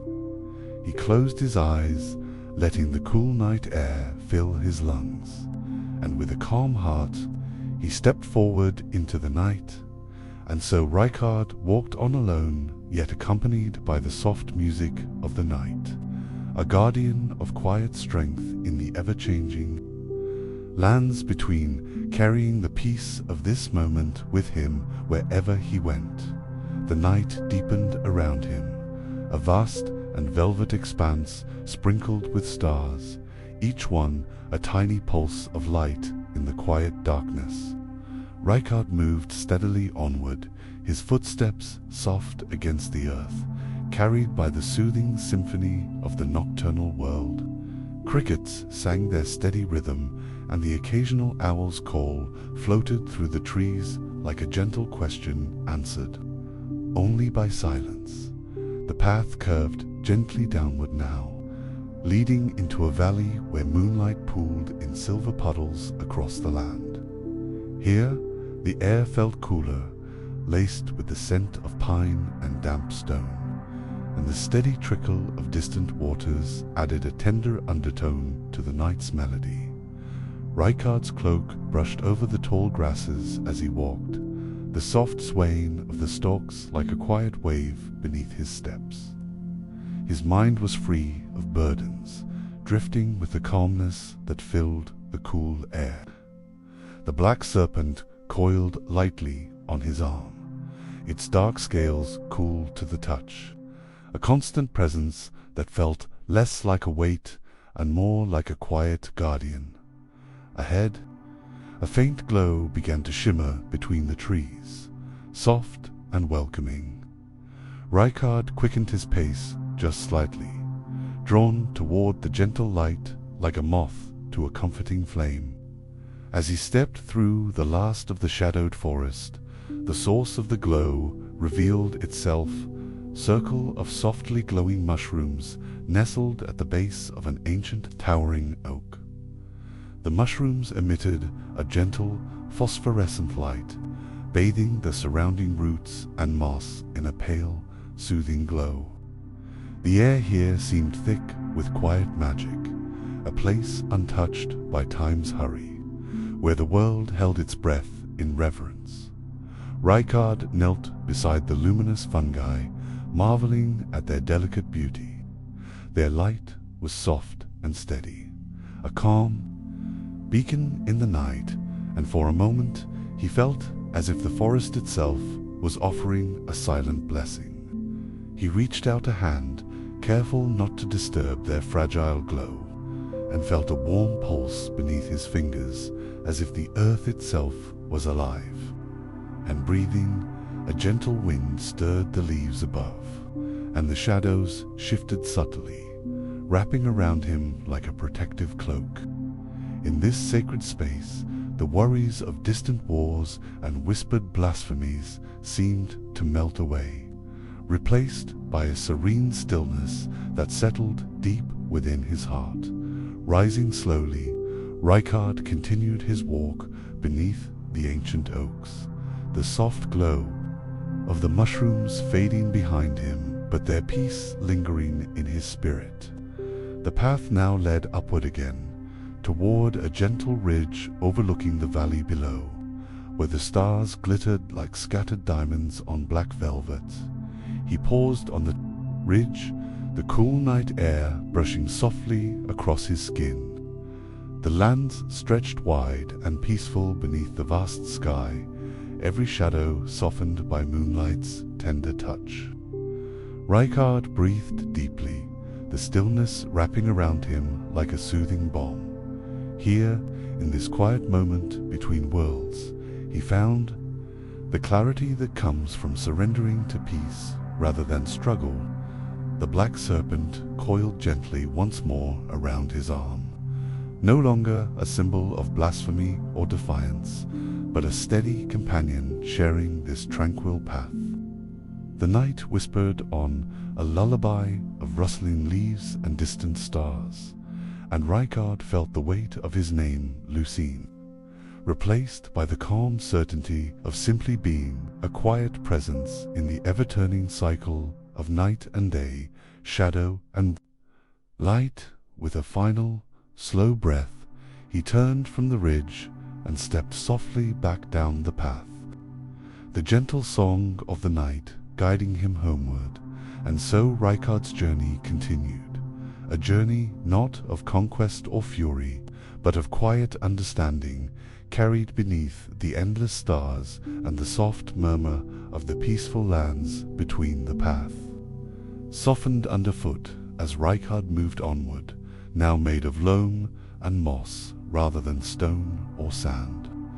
It wound through low hills blanketed in moon-kissed grass, each blade bending gently in the hush of the night breeze. Here, the land was open, the forest having given way to a wide, rolling meadow where starlight painted everything in gentle silver. He paused often, not out of weariness, but simply to absorb the stillness. His eyes would drift upward to the vast, tranquil sky, a sky that offered no judgment, no echo of his past, only quiet and presence. The stars above shimmered faintly, as if nodding in approval of his wandering steps, and the moon's pale light softened the edges of everything it touched, even the sharpness of memory. In the distance, a lone tree stood atop a hill. Its silhouette was striking against the glowing sky, broad-branched and full of still life. Drawn toward it, Rykard walked slowly, savoring the openness of the meadow, the way the world seemed to breathe in harmony with him. With every step, his thoughts grew quieter. There were no titles here, no rituals, no flames. Just the hush of the wind and the call of night birds perched unseen among the brush. When he reached the tree, he found its roots twisting gently into the earth, like fingers in prayer. The trunk was gnarled but strong, wrapped in soft green moss, and beneath its wide canopy, the ground was cool and welcoming. Rykard lowered himself to sit against it, resting his back against the bark, which was warm from the day's sun, now slowly fading into memory. The black serpent, ever present, loosened, its hold curling softly at his feet, its body quiet, resting. It no longer hissed, nor coiled with tension. It was calm, subdued, a silent reflection of the peace Rykard himself had begun to find. Where once its fire had burned with consuming hunger, it now flickered only as a dim ember, warm but no longer wild. Fire, after all, did not always need to devour. It could be warmth, it could be light. It could simply be the soft glow that lingered after twilight, when all things turned inward. Under the shelter of the great tree, Rykard tilted his head back and watched the sky between the branches. A soft mist had begun to form across the meadow, curling round the hill in long, slow ribbons, like a dream that clung to the world even as sleep approached. The stars shimmered above, patient and distant, and something ancient and steady hummed in the soil beneath him. His thoughts drifted as gently as the fog, through memories once filled with fire and rebellion, through echoes of power and pain. But here, those memories no longer cried for action. They no longer demanded to be rewritten. They simply existed, distant as shadows across the grass, slowly fading in the softness of now. A pair of owls passed overhead, silent on their wings, their round eyes catching the moonlight as they sailed across the sky. Rykard followed their path with his gaze, watching them vanish into the night. Even they, creatures of quiet hunting, moved with grace and patience, unhurried by the demands of fate or the roar of ambition. In the stillness that followed, Rykard closed his eyes and listened. There was nothing but the gentle swaying of grass, the breath of the wind, and the faint pulse of his own heart. It was enough. He did not need to speak. He did not need to move. The world had no expectations of him. Now, the trees stood watch, the stars kept their silent vigil, and the lands between, ever ancient, ever dreaming, offered no questions, only quiet. He let his thoughts dissolve entirely, becoming part of the hush, his body resting against the ancient trunk as his breathing slowed, matched to the rhythm of the swaying field and the turning stars. He had walked far through shadows and silence, through memory and myth, and here, at least for this night, there was peace. As dawn whispered its earliest hints along the horizon, the stars began to withdraw, fading gently like old thoughts passing. Into sleep, the sky brightened with the softest grey blue, not yet morning, but no longer night. Rykard opened his eyes slowly, not startled, not rushed, only returning to the waking world as though surfacing from a deep, still lake. The great tree stood unchanged above him, unmoved by time or thought. Its limbs reached toward the lightning sky, branches cradling the final strands of mist as they began to rise.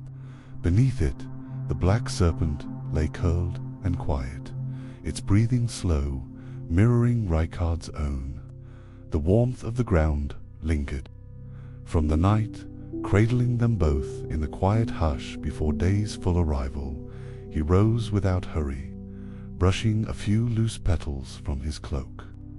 The wind had settled into a morning hush, no longer carrying the distant calls of night birds, but rather the slow murmur of the waking world, the first insects stirring, the low call of a far-off heron, the breeze threading through the tall meadow. Grass, stepping beyond the tree's shadow, Rykard felt the gentle chill of morning against his skin. The world was painted in mist-soft light, with every blade of grass kissed by dew. The path ahead was barely visible, a fading line through silver fog, but there was no urgency to find direction. Wherever his feet carried him would be enough.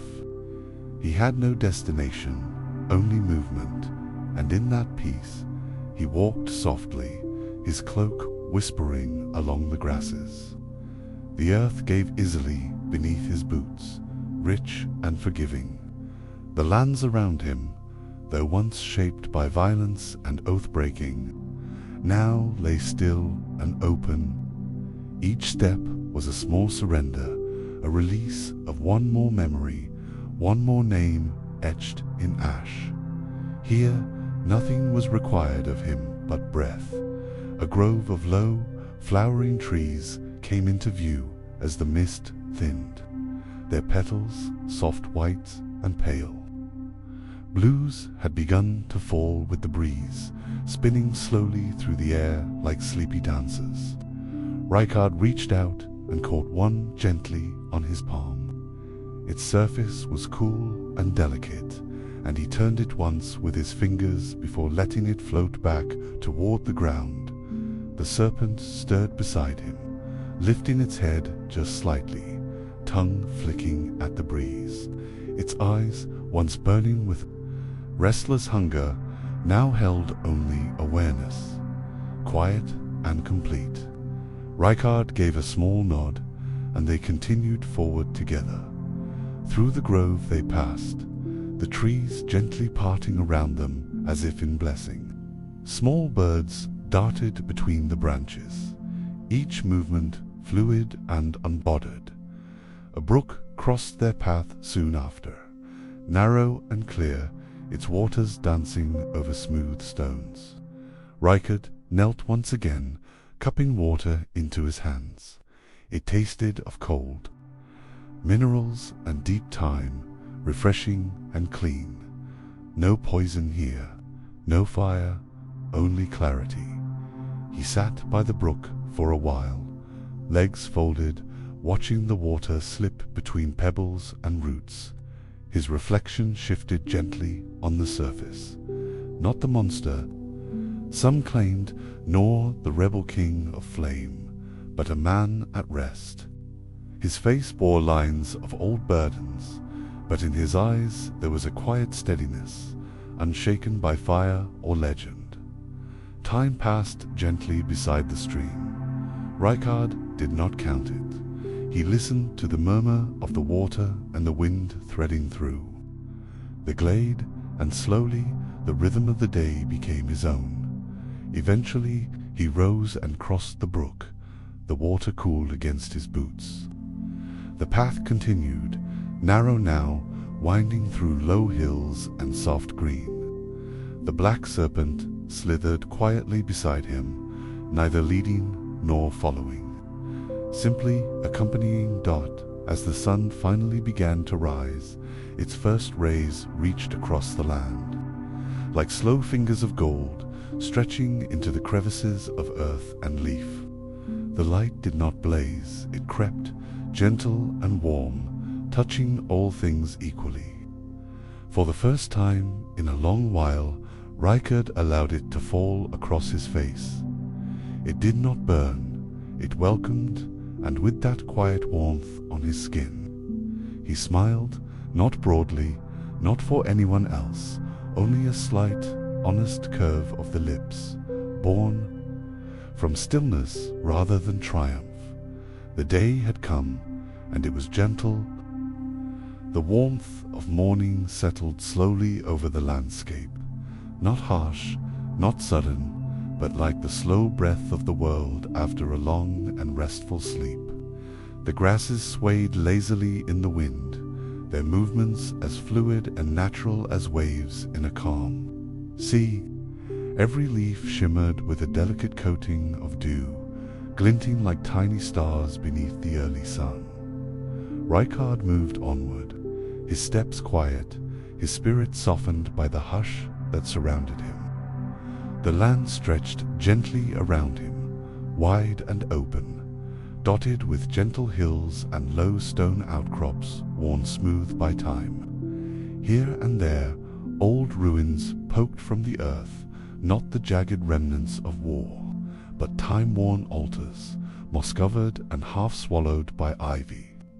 They seemed not broken, but resting, sleeping, reminders of something once sacred and still gently remembered by the earth. He passed one such structure, its arch still half-standing. Vines wound through its base, and pale white flowers bloomed. In the cracks of the stone, he ran a hand over the weathered surface, feeling the soft crumb of age, the tender persistence of nature claiming what was never hers, yet never refused. The black serpent, silent at his side, brushed along the edge of the ruin, then coiled loosely around a stone before resting its head once more against the ground. It had not spoken since the journey began, not in mind nor hiss. Rykard had not needed it to. Silence had become their shared language, not the silence of absence, but of presence, a silence filled with listening, with watching, with letting go. The sun rose higher, and the last threads of mist unwound from the fields. The scent of morning herbs and sun-warmed stone filled the air. Birds called now from farther off, not in warning, not in alarm, but in simple joy. Their songs were not grand, not operatic. They were the kind of sound that fit into the cracks of silence, like water between stones, perfectly. Eventually, Rykard came to a small glade bordered by low wildberry bushes and soft, knee-high ferns. The grass in its center was short and clean, pressed down by wind and the occasional resting deer. A hollow had formed in the middle, shaped not by battle or footfall, but simply by time and weather. It looked like a place meant for pausing. And so he did. He sank to the ground slowly, folding one leg beneath the other, laying a palm gently to the earth.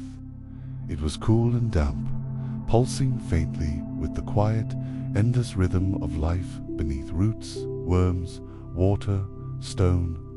The black serpent uncoiled itself in slow spirals and stretched out beside him, basking in the new light. A single bee hummed near a cluster of blue wildflowers, moving with lazy determination from bloom to bloom. Rykard watched it for some time. He did not hurry it. He did not question its path. He simply let it exist beside him. The moments passed with the softness of cloud shadows. He let his breath rise and fall with them. No thoughts pressed in. No flame flickered behind his ribs. If this was peace, it was not something demanded. It was something noticed, something allowed, and so he lay back in the grass, the sunlight brushing against his skin like a warm breeze. His eyes traced the drifting clouds overhead, white against blue, slow and untroubled. He felt no urge to move. Not now, not yet. There was no longer a crown, no longer a great, thundering title. Just his breath, his heartbeat, the hush of the world in its turning. And though he did not know where his steps would next lead, it no longer mattered. The path would unfold like the petals of the wildflowers around him, gently, slowly, with no need for fire to mark its edges. The sky above shifted slowly, the pale blue of morning deepening to the soft gold of late forenoon. Sunlight filtered through the high, drifting clouds like honey poured through silk. Time moved without hurry in this quiet corner of the world, and Rykard moved with it, no longer pushing against its current, but carried softly along. Like a leaf floating on a wide and steady river, he sat beneath the open sky for a while longer, head tilted back, eyes half-lidded as the warmth soaked into his skin. The sounds around him had changed with the light, birdsong had mellowed, and the rustle of small animals in the brush was now softer, more meandering. Even the wind seemed to sigh rather than speak, content to touch the edges of things instead of stirring them. When at last he rose, it was not out of need or purpose, but simply because the moment had passed. The glade behind him held no memory of his presence save the gentle impression of his resting place in the grass, already rising back to meet the day. He followed a small trail that wound between low hills and patches of forest. The trees here younger, their bark smooth and pale.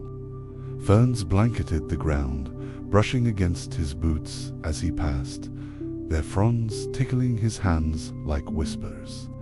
At one point, he paused and let his fingers rest on the trunk of a sapling, feeling its steady strength despite its youth.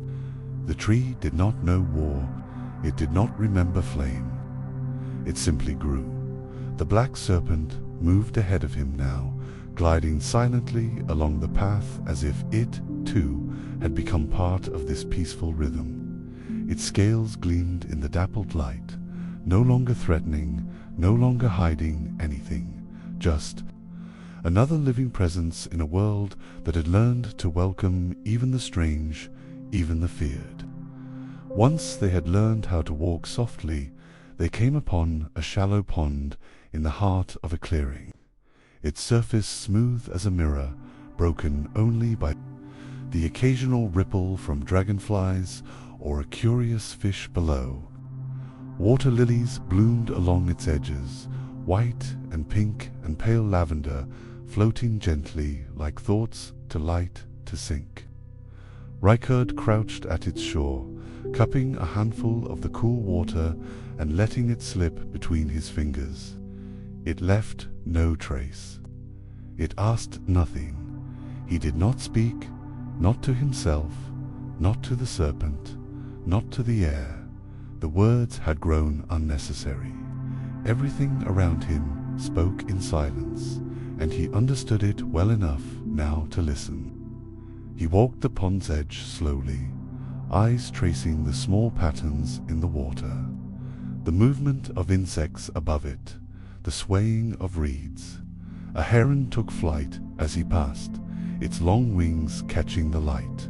He paused to watch it vanish into the trees, silent and graceful. Midday came without fanfare, the sun high but gentle, the light soft through the canopy. He rested once more, this time beneath a willow, its long branches swaying in the breeze like threads of a dream still lingering.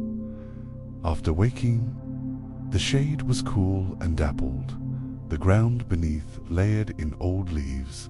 He sat with his back to the trunk and let himself grow still again. There were no memories to pull at him now. The past, with its cries, its rituals, its rebellions, felt distant, like old stories once told in firelight and now forgotten by the coals. He did not mourn it. He did not grasp for it. The silence he carried now had no room for regret. Only presence, only breath. A few birds gathered nearby, unafraid, flitting between the willow's low branches. One came close, hopping through the grass and pausing to look at him. Head tilted, he met its gaze without a word, and for a moment there was an unspoken agreement. We are both here. That is enough. The black serpent curled once more near his feet, body half-shadowed, half-lit. It did not speak, it did not stir. It only rested, as if it too had nothing left to guard. And beneath the willow, surrounded by stillness and soft light, Rykard let the world continue without him for a while. The afternoon unfolded like a well-worn page, each minute turning quietly, without edge. The sun moved in long arcs through the canopy above, casting shifting patterns on the earth like soft handwriting laid out by time itself. Beneath the willow, Rykard remained still for a while longer, not sleeping, not truly awake either. Simply drifting, in this liminal space, thought and memory did not press on him. They floated nearby, like fallen leaves on a pond, content to be. Eventually, he stood again, his limbs unfolding without stiffness, as if his body, like his soul, had grown lighter with the day. The willow whispered behind him as he left, its fronds brushing his shoulders in a silent farewell. The serpent followed closely, its scales sliding smoothly over moss and stone. Where once it would have writhed with a mind of its own, now it moved like an echo, part of him, not his burden, not his punishment. They traveled as companions, no longer as man and shadow. The path led upward, a gentle climb along the curve of a hill. At its crest, the trees parted to reveal a wide open view. The land stretched far beneath them, golden fields glowing in the soft light, ribbons of river winding through lowlands, a distant flock of birds rising lazily into the air. Beyond all that, on the horizon, mountains stood in silent vigil. They were pale now, softened by haze, but their presence was solid, ancient. They held no judgment. Only time. Rykard stood there for a while, the wind pressing gently against his cloak, lifting its corners like wings. His eyes scanned the view, but not for threats, not for paths. He simply looked, and in looking he was seen by the world. Accepted, unguarded, complete. A breeze swept up the hill, carrying with it the faint scent of lavender and wild thyme. It filled his lungs with calm and stilled the last places inside him that had once smoldered. The fire was no longer necessary. Not here. Not in this moment. When he descended the hill, it was into a wide field of soft grasses and scattered wildflowers. Bees worked quietly among the blooms. Crickets murmured in the undergrowth. Each step made no sound. The land welcomed his presence. With indifference, not cold, but peaceful, as if saying, "You may be here if you choose." And he did. He walked without direction. He no longer needed one. He followed not the stars nor the sun, but the feeling that each step was both departure and arrival. He stopped to drink from a small spring that bubbled up between stones, cool and clear, untouched by history. He sat beneath a bent oak with roots like old fingers, its bark worn smooth by time. The snake rested in a coil nearby, half in shadow, half in light. Even the air seemed slower here. The clouds passed like drifting thoughts. The birds circled above without urgency. There were no words, there were no names, not for him, not for the wind.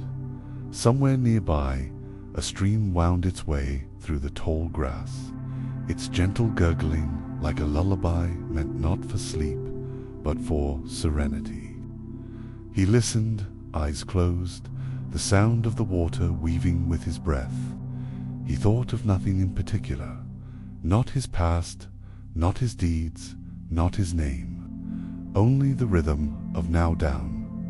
Hours passed like petals falling. He did not measure them. He did not need to. The sun began its slow arc downward, casting long, golden shadows across the field. The light turned to amber, warm and deep.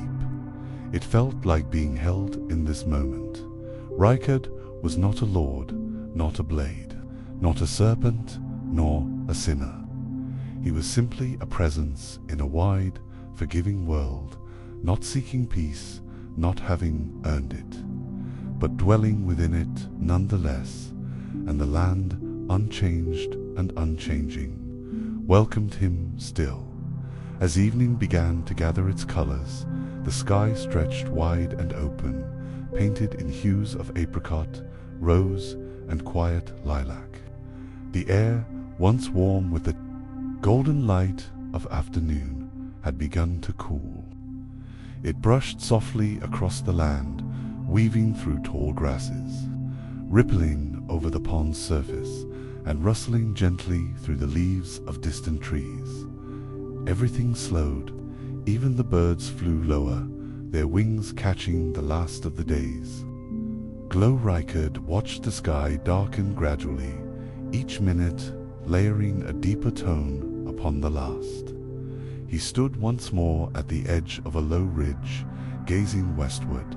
His cloak, worn but whole, lifted slightly with the breeze.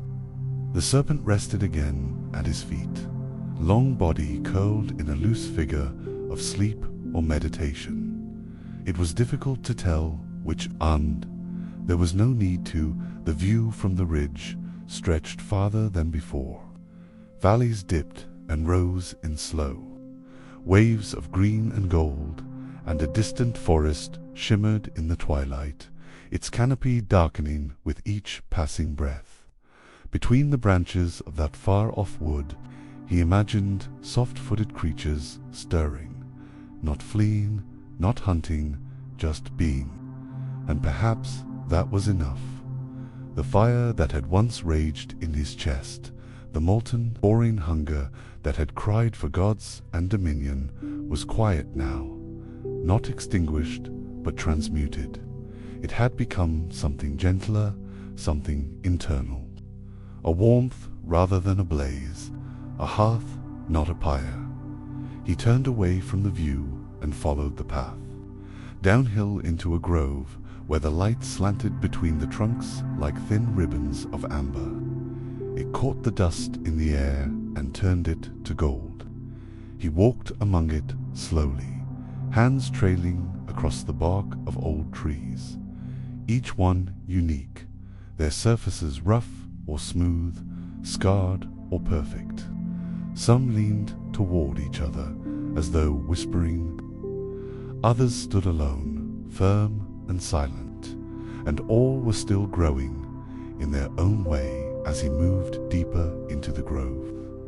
The sound of running water returned, softer now, not a stream, but a spring bubbling up through stone. He followed it and found a hollow where the water pooled in a shallow basin, clear and still. The rocks around it were cool and flat, softened by countless seasons.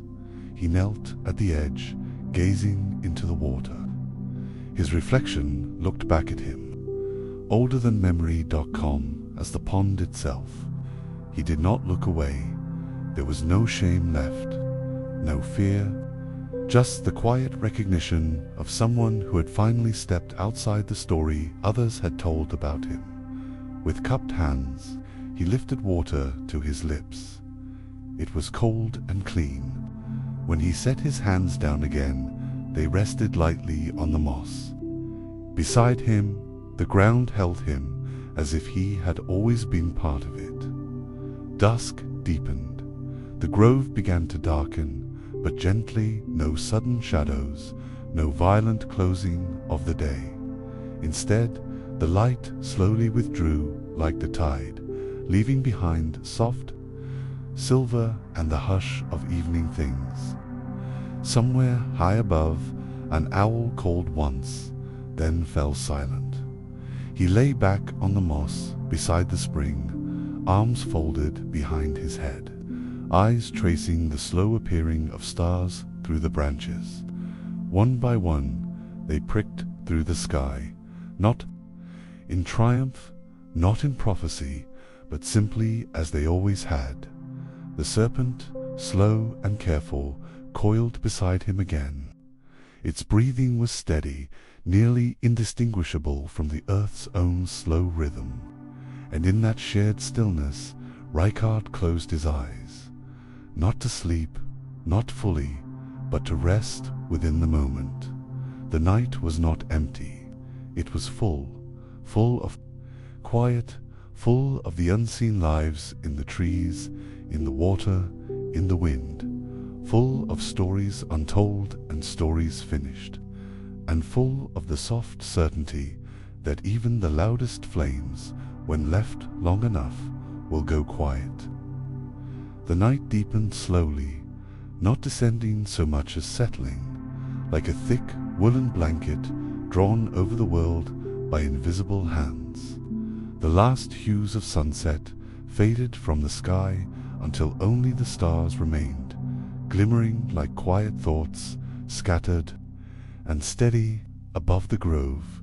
The trees swayed ever so slightly in the evening breeze, and their leaves rustled like soft-spoken lullabies. Nothing stirred with urgency. Time itself had slowed to a heartbeat.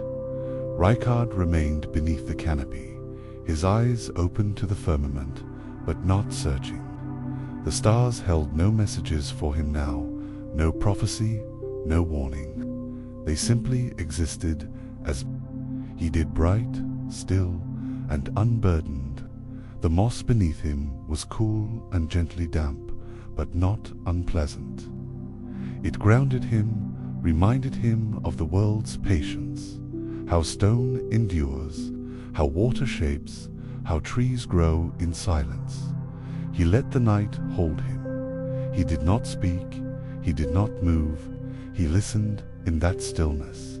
He began to notice the deeper rhythm of the world, not the surface noise of birds or breeze, but something slower, quieter, the breathing of the land, the subtle pulse of life beneath roots, beneath soil, beneath everything. It was not a sound exactly, but a presence, a hum without voice, and it was here that he first felt truly welcome, not as a god, not as a sinner, not as a monster wrapped in fire and will, but as something simpler, a part of the world no different than a stone in a stream or a blade of grass leaning toward moonlight. The serpent beside him remained still. Its body, once coiled with tension, lay long and relaxed, as if it too had found rest at last. There was no sense of it guarding him anymore, no sense of dominance or servitude. It was simply there, breathing as he did, and that, too, was enough. Eventually, clouds drifted slowly across the sky, dimming the stars. A soft mist rolled in from the lowlands, curling through the trees, painting the night in pale silver. The moisture hung in the air, clinging lightly to skin, to stone, to bark. It made everything shimmer faintly, a world just on the edge of dream. He stood. There was no urgency in his motion, no fear, only the sense that it was time to move again, to let the journey continue at its own pace. He followed a new path, one worn not by footfall but by water, a shallow trickle of stream that curved between ferns and under low-hanging branches. The way it cut through the grove was gentle and constant, and he mirrored its course without question. He did not know where it led, but he had long since stopped needing to know. The journey was not for arrival. It was for presence. As he walked, owls called from high perches, their voices distant and mellow. Insects hummed low in the grass. Even the smallest things seemed to have found their rhythm in the dark. There was no danger in the sounds, only the affirmation that life moved on with or without noise. Eventually, he came upon a small rise in the land, just beyond the edge of the trees. From here, he could see a clearing where mist pooled in slow waves and the grass bowed beneath its weight. A single standing stone jutted from the ground at the center, old and weathered, etched with lines long faded. Not language, not warning. Just marks, perhaps from wind or time, or something else altogether. He stepped into the clearing and approached the stone, placing a hand gently against its surface. It was cool and rough, but not unwelcoming. It had stood here for longer than memory, and it did not object to company. It asked nothing, it offered nothing, and somehow that felt honest. Rykard sat beside it, cross-legged, and closed his eyes. No. Visions came, no truths were revealed, but his breath slowed, and the tension that had once defined him, the hunger, the burning, the endless want, remained absent. In its place was a quiet fullness, like the air after rain, no past, numbered future, only this moment, surrounded by mist and silence. And when he opened his eyes again, he saw that dawn had begun, a faint light on the edge of the horizon, just the barest line of silver, barely enough to change the sky. But it was there, soft, gentle, certain. He did not smile, he did not speak, he simply watched it come. The light came gradually, not in a rush, but with the slow grace of something ancient and patient. It crept along the edges of the mist, turning it from silver to pearl, then to faintest gold. The trees emerged one by one from shadow, their forms soft and blurred, like half-remembered thoughts rising through sleep. The sky changed by degrees, its black washed into indigo, then into the palest hues of morning, not yet blue, not yet bright, but full of promise. Rykard remained seated beside the stone, his body still and quiet. He watched the world become itself again, not reborn, but simply revealed. There was no need to rise, not yet. The earth turned, the sun approached, and that was enough. The serpent lay nearby, its long shape coiled loosely in the dew-kissed grass. A fine sheen of moisture clung to its scales, refracting the light into soft rainbows as the dawn approached. It did not move. It didn't need to. Like Rykard, it had learned the rhythm of stillness, the peace of simply being. A bird called once. In the near distance, its cry high and fluting. Another answered, and soon more followed. Not in a chorus, but a quiet cascade of sound, tentative and lovely, as if nature itself were yawning awake. The air, newly touched by the sun, carried the scent of damp earth and blooming things. Somewhere nearby, wild mint grew among the grass, and its fragrance lifted with each stirring of the breeze. Rykard finally stood, slow and silent. His cloak fell into place around him, heavy with dew but unburned. The stone at his side, now touched with the pale light of dawn, stood unchanged. Yet it had witnessed something, not a revelation, not a transformation, only the soft continuation of a man's presence beside it. That was all. That was enough. He began to walk again, not away from the stone, not toward anything in particular. The path found him as he moved a slight depression in the grass, a line of moss across stones, a trail where the mist broke first. He followed it with the ease of one who had ceased questioning direction. There was no destination, only movement. And the peace that accompanied it. The land around him brightened slowly. The sun's edge crested the far hills, and golden light spread like honey poured across the ground. It touched the tops of trees, caught in spiderwebs, spun between branches, turned the world warm and living. Even the smallest leaves glittered for a moment, like they too had been waiting. He passed beneath an arch of vine-grown branches, soft blossoms nodding in greeting. The petals were pale violet and cream, and they released a faint sweetness. Into the air, bees had already begun their morning flight, dipping among the blooms with purposeful ease. They paid him no mind. To them he was neither strange nor divine, simply part of the morning dot. At the edge of a glade, he paused and looked upward. The sky was wide now, soft blue rising behind the golden rim of the sun. It seemed vaster than before, more open. He let his eyes rest in that space, where clouds drifted without rush and light spread without force. In this stillness, a thought, not sharp, not urgent, came to him. Not a memory, but something quieter. A recognition that this moment, here and now, was the very thing he had once fought so furiously to escape.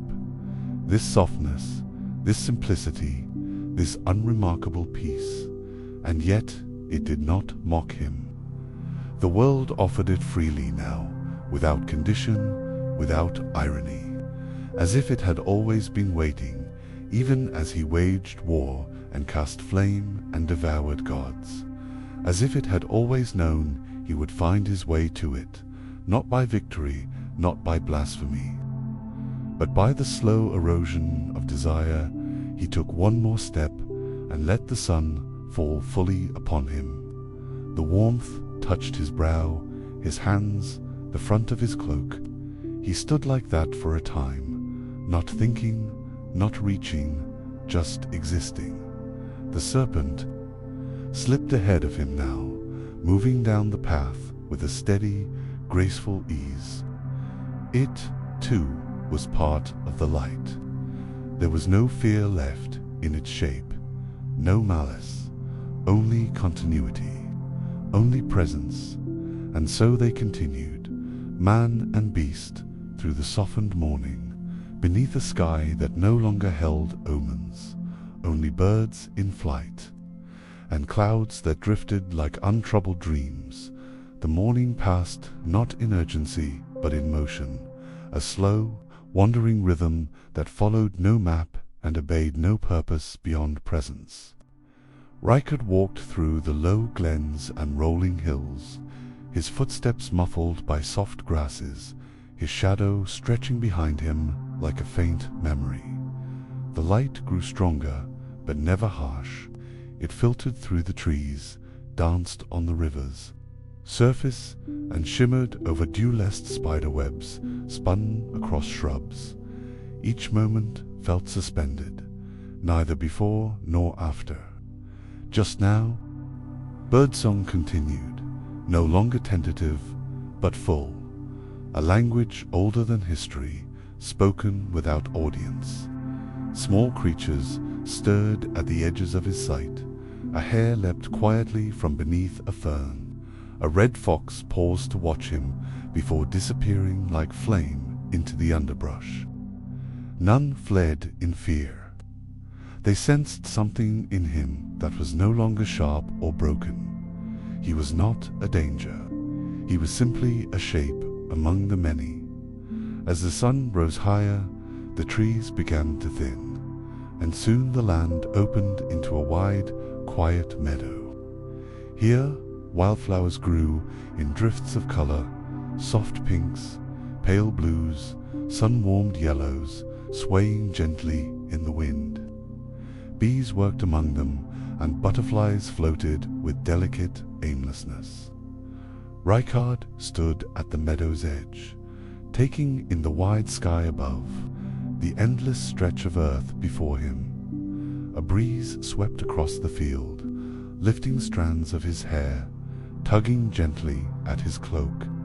It smelled of sage and dust and faraway water. He closed his eyes and let the wind move through him. He imagined, briefly, that he could become like it, weightless, without shape, moving only because the world welcomed it. He stepped forward and began walking across the field, the flowers brushing against his legs as he passed. The serpent, now dappled in sunlight and shadow, moved beside him like a ribbon of liquid shadow. It no longer trailed behind nor led ahead.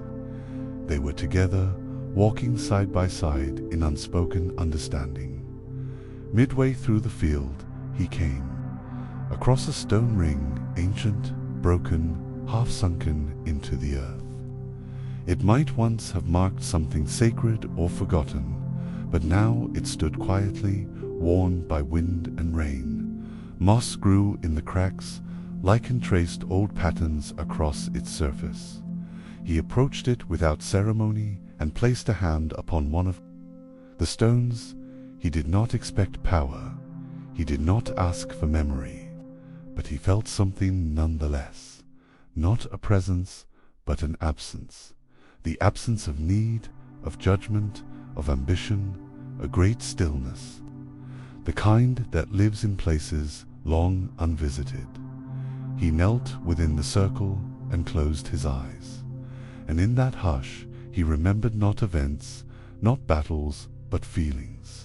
The weight of fury, the hunger for more, the deep, echoing loneliness that had once nested in his chest like a living thing, and how far away all of that felt now, as if it had belonged to someone else, someone he could not quite picture anymore, someone whose story had already ended and been set gently down. A bird landed on one of the stones, a small thing with dark eyes and a pale throat. It tilted its head, studying him, then began to sing. A quiet, clear melody, rising and falling like breath. Rykard listened without moving. The sound did not open wounds. It did not call forth ghosts. It simply was a note in the quiet song of the morning. Eventually, the bird flew off, its wings brushing the air with a whisper.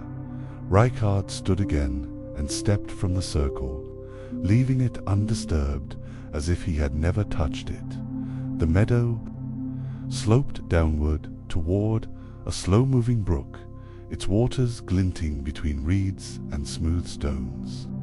He made his way there, knelt to drink, and cupped the cold water in his hands. It tasted of earth and sky, untainted, unremarkable, perfect. The brook flowed on, unhurried, and he followed it, not because it led somewhere, but because it moved with a kind of grace he now understood. They walked together, man and water and serpent, beneath the sun, through a world that had never truly been cruel, only wounded. Only waiting, and in that waiting it had found stillness, and in that stillness it had made room for him. The brook wound its way through the earth, like a silver thread stitched into the green tapestry of the land.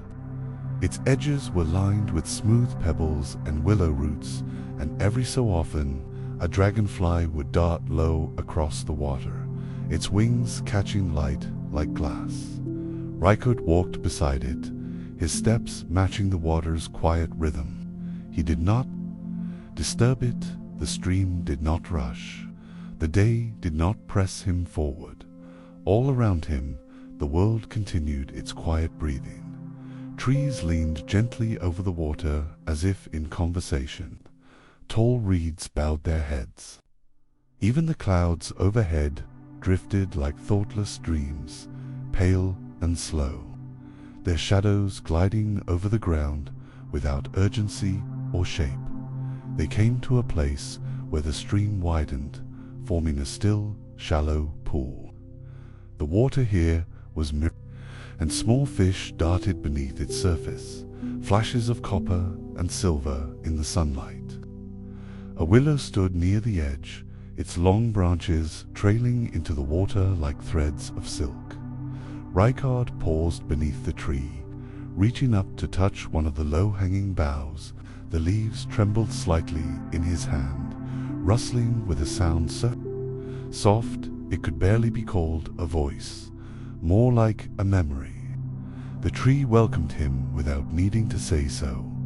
He sat again, this time with his back against the willow's thick trunk. Its bark was cool and furrowed, and the roots at its base curved like fingers into the soil.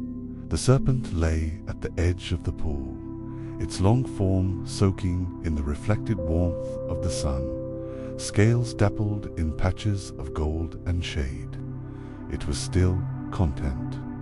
Rykard let his gaze drift out over the water. He saw the ripples made by insects dancing across the surface. He saw the play of light on the bottom stones. He watched the reflections of the sky shift gently with each movement of the breeze. Everything was moving, but nothing hurried. The thought came to him, again unbidden, that perhaps this was what it had all been for. Not the power, not the rebellion, not the fire that had once roared through his veins, but this, the ability to sit beneath a willow, beside a pool, in a world that neither feared him nor worshipped him, a world that no longer asked anything of him, a world that allowed him simply to be. Once he had believed peace was a lie, a silence forced upon the strong by the weak. He had mistaken stillness for death, calm for surrender. But now the truth settled over him as gently as the sun. Peace was not weakness, it was not absence, it was fullness. It was knowing that there was no longer anything to prove. He closed his eyes, and in that quiet, he did not fall asleep. He did not dream, he simply rested. Time passed, birds called and fell. Silent, the breeze shifted. A pair of deer emerged from the far side of the trees, paused to drink from the pool, then walked on without noticing him. The willow's branches swayed in long arcs, writing their invisible script into the water's surface. When Rykard opened his eyes again, the sun had lowered just enough to cast long golden rays through the trees. The light felt softer now, tinged with amber, as if the world were beginning to remember its own story. He stood and walked to the water's edge. There, beside the willow, he cupped his hands once more and lifted the water to his face. He let it run over his brow, over his closed eyes, down his cheeks. The cold woke something in him, not pain, not longing, just awareness. Presence, a single note of clarity in a song too long unheard. The serpent rose beside him. It moved without sound, its great form gliding over the roots and reeds with the grace of water itself.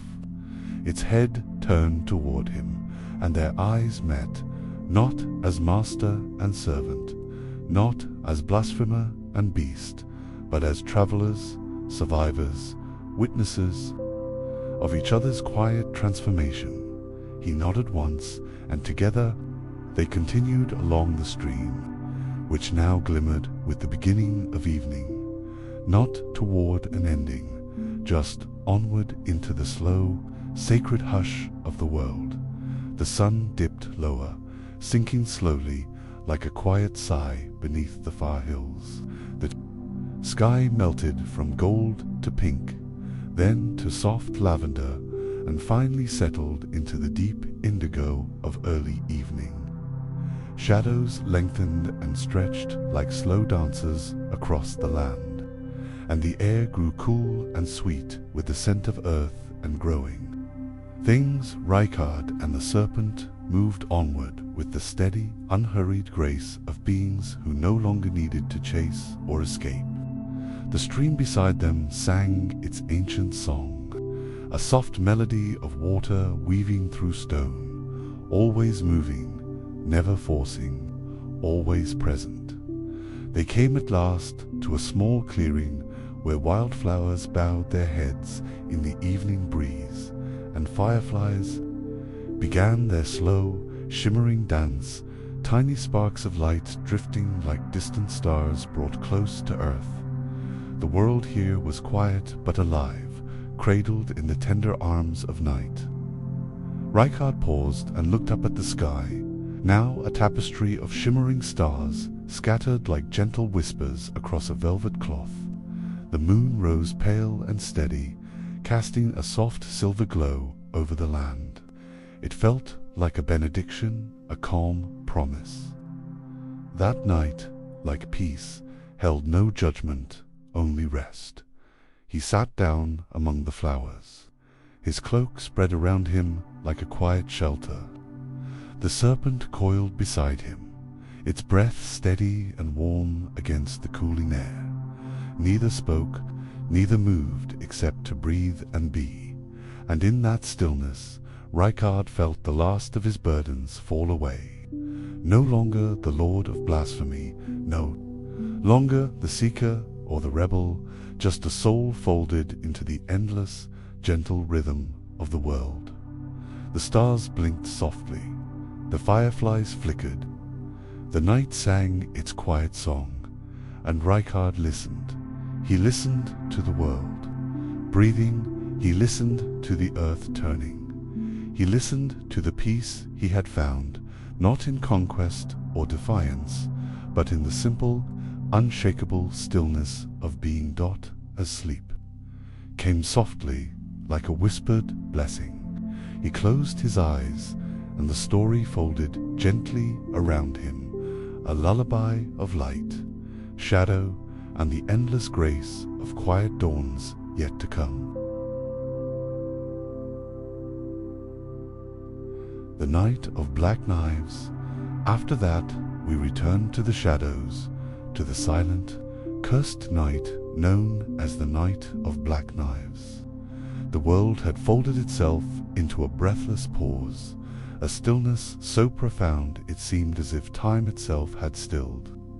In reverence or fear, the sky above stretched endlessly, a boundless expanse of ink-black velvet embroidered with distant stars, faint pinpricks of cold light that shimmered like ancient eyes watching quietly from afar. The moon hung low and pale, casting its spectral glow upon the land with a softness that both illuminated and concealed.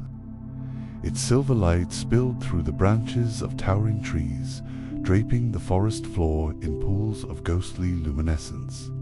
Every leaf, every stone, every twisted root seemed to hold its breath beneath the moon's gentle gaze, as if waiting for some secret to unfold. On this night, death itself had been stolen from the gods. The eternal order, that unbroken thread woven through all things, had shattered in a single, dreadful instant. Silent as shadows and swift as a nightmare, assassins moved unseen through the still air, piercing the heart of the golden lineage with blades honed by fate and malice. Their passage left no cry, no rustle, only a ripple through the fabric of destiny that echoed through time. The blood spilled that night was heavier than mortal wound. It was the blood of shattered promise, of broken covenant. It was a tear in the delicate weave of existence, a rupture that let rot take root where once only light had flourished. From that moment, the world held a wound, slow and deep, invisible, yet impossible to forget. The forest itself seemed to mourn. ancient trees stood as silent witnesses, their gnarled limbs weaving a dense canopy that caught the moonlight in fractured patterns. Their leaves whispered in the faintest breeze, carrying the secrets of the night, stories whispered by the wind, echoes of a darkness that would never fully lift. Amidst the tangled roots and fallen leaves lay the black knives. They were not mere weapons, but shards of shadow and silence, forged in the stillness between heartbeats. Their blades drank the moonlight rather than reflected it, absorbing the pale glow and leaving only a faint glimmer, the kind of light seen in distant stars, swallowed by night. Each knife bore the weight of that cursed night, steeped in silent intent and cold purpose. They rested quietly among the moss and decay, forgotten by most, but alive with the unyielding curse of what had been done. They waited patiently, like dark memories etched in steel, like promises made in whispers beneath the cloak of night. From the depths of the forest's shadowed heart a figure emerged, cloaked in black as if woven from the night itself. He moved with the fluid grace of a whisper carried on the wind. His footsteps were soundless on the soft earth, and his presence was as much a part of the darkness as the ancient trees and drifting mist. His eyes were deep pools of shadow and resolve, reflecting the weight of loss carried quietly within. He bore no haste, no anger, only a calm, measured patience born of understanding and time.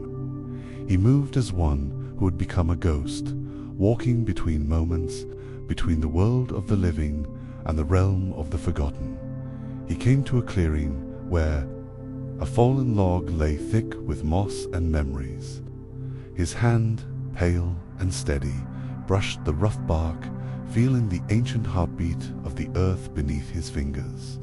Around him, the night stretched wide, a vast, silent expanse filled with unspoken stories and the lingering echoes of fate torn asunder. The black knives called to him. Their summons was not loud or urgent, but thrummed softly beneath the stillness. A deep vibration felt more than heard, like the heartbeat of the night itself. Slowly, reverently, he gathered the knives one by one, their cold steel slipping into his grasp like pieces of a shattered past held close dot in his hands. The knives were not mere instruments of death. They were reminders, scars carved into the fabric of existence, shadows given form.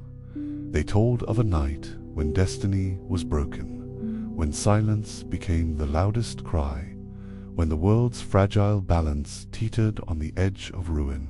He raised his gaze to the moon, its pale light tracing quiet lines across his face, softening the harsh contours shaped by grief and resolve. The night enfolded him like a shroud, its vast silence wrapping around his shoulders, comforting an infinite dot. In that silence, the story began anew, a ghost story wrapped in shadow, soaked in moonlight, whispered on the breath of the wind, and beneath the endless sky, the black knives waited, patient and eternal, for the next chapter to be written. The figure stood silent beneath the moon's gentle gaze, the cool night air brushing softly against his cloak, whispering secrets only the darkness could hold. Around him, the forest seemed to lean closer, as if listening, holding the breath of countless unseen lives caught between waking and dream. The black knives rested heavy in his hands, each one a shard of silence, a fragment of the night's unyielding will. There was no hurry in his movements. Time itself seemed to bend around him, slowing to a whisper. The world beyond the forest's edge felt distant, irrelevant, as if this place existed apart from all else, caught in a liminal space where shadows held meaning and light, was a quiet guest. He began to walk again, stepping softly over the moss-carpeted earth, careful not to disturb the fragile peace of the night. With every step, the knives seemed to hum faintly, a subtle song carried beneath the breath of the wind. They spoke not in words, but in feeling, a quiet calling to a purpose long buried beneath dust and shadow. As he moved deeper into the forest, the moonlight faded behind thick boughs, and the world darkened to a velvet black. Stars blinked softly overhead, their cold light distant but unyielding, like the eyes of forgotten watchers. The trees closed in, their twisted limbs weaving a labyrinth of shadow and silence. In this sanctuary of night, the figure found what he sought, a clearing untouched and sacred, where the earth itself seemed to remember the weight of history.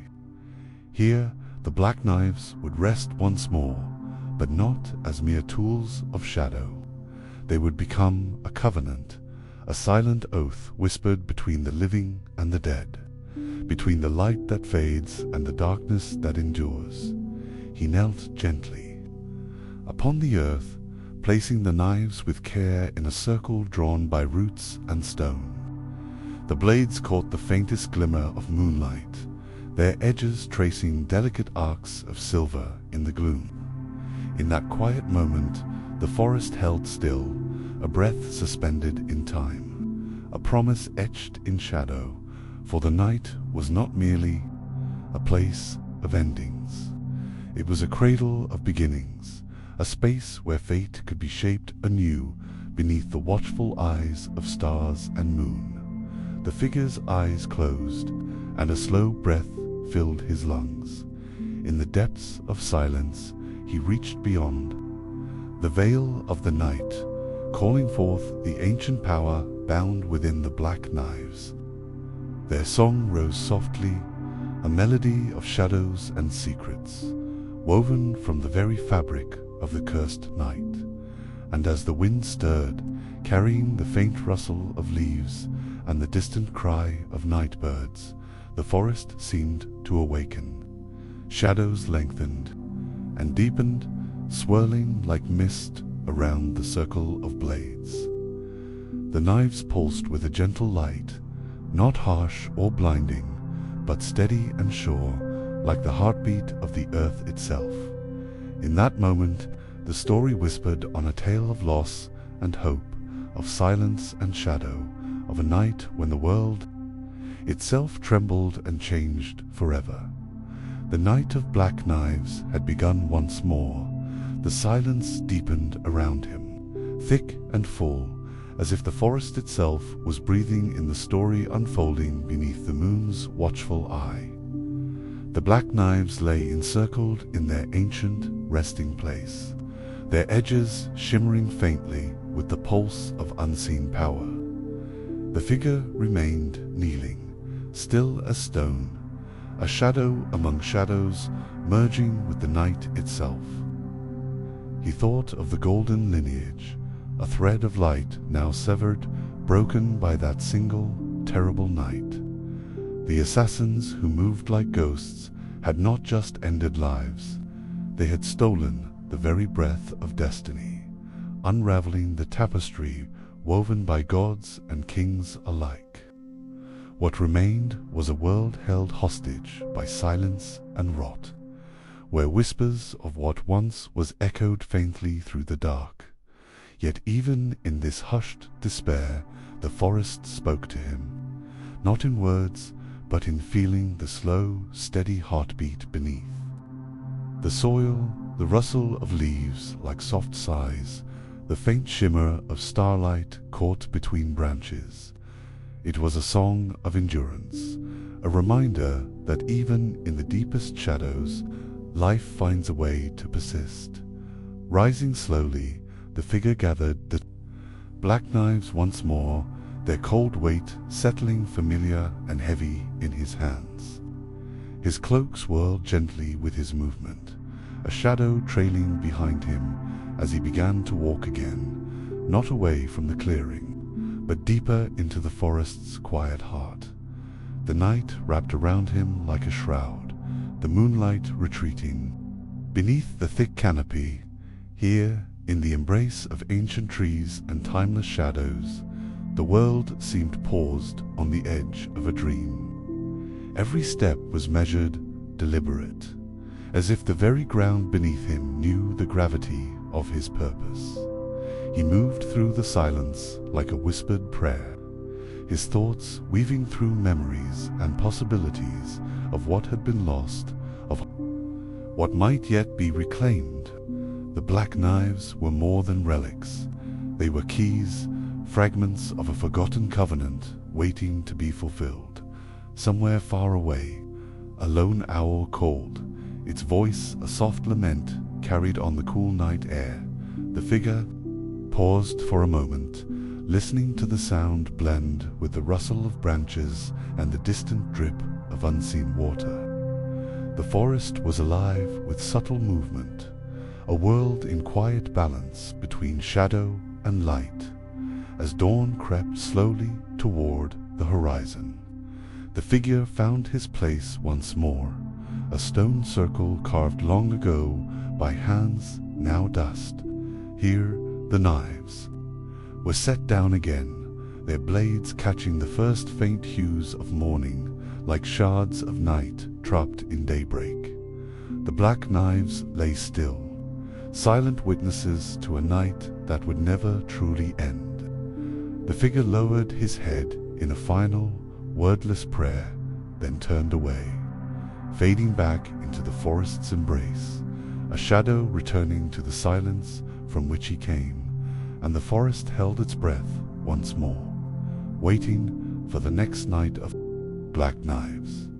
The forest seemed to sigh beneath the weight of night and memory, its breath mingling with the faint rustle of leaves. The figure had vanished once more into the labyrinth of shadows and trees, becoming indistinguishable from the night itself. Only the black knives remained a silent testament to the story etched deep into the bones of the earth. Time flowed differently here, stretched thin between moments and memories. Days blurred into nights, and nights bled softly into dawns. But the knives remained constant, resting quietly in their stone circle.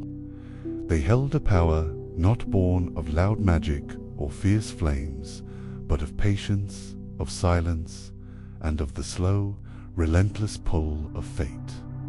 Legends whispered through the leaves like half-remembered dreams, tales of a night when the golden lineage was pierced, not by war or thunder, but by quiet hands cloaked in darkness. The night of black knives, the night death was stolen, and the world's heartbeat faltered. Yet, even as rot spread quietly beneath the surface, something else stirred. A promise carried on the breath of the wind, a gentle pulse beneath the stillness, a hope forged in shadows.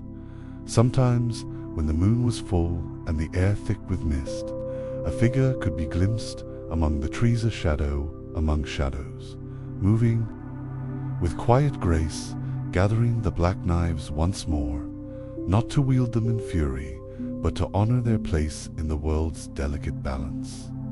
The forest watched and waited. The knives whispered softly, calling to those who knew how to listen, those who understood that true power is often found not in the blaze of light or the roar of battle, but in the quiet strength of shadow and silence. And so the story lingered, echo beneath the moonlight, a ghost wrapped in night, a tale that never truly ends.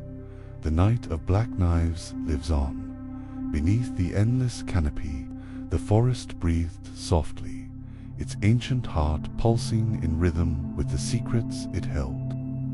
The black knives rested still, their cold edges glinting faintly in the muted light filtering through the dense leaves. Time seemed to fold around them, thick and slow, like honey dripping through the fingers of the night. Long ago, in the hush of that cursed night, destiny had fractured. The golden lineage had fallen silent, its light snuffed out by unseen blades.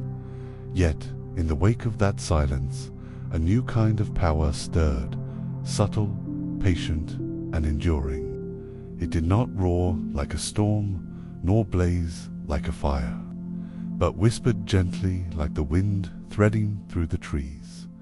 The figure moved again, like a shadow born of twilight, gathering the black knives one by one. His hands were steady, his movements deliberate, a dance between light and dark, past and present.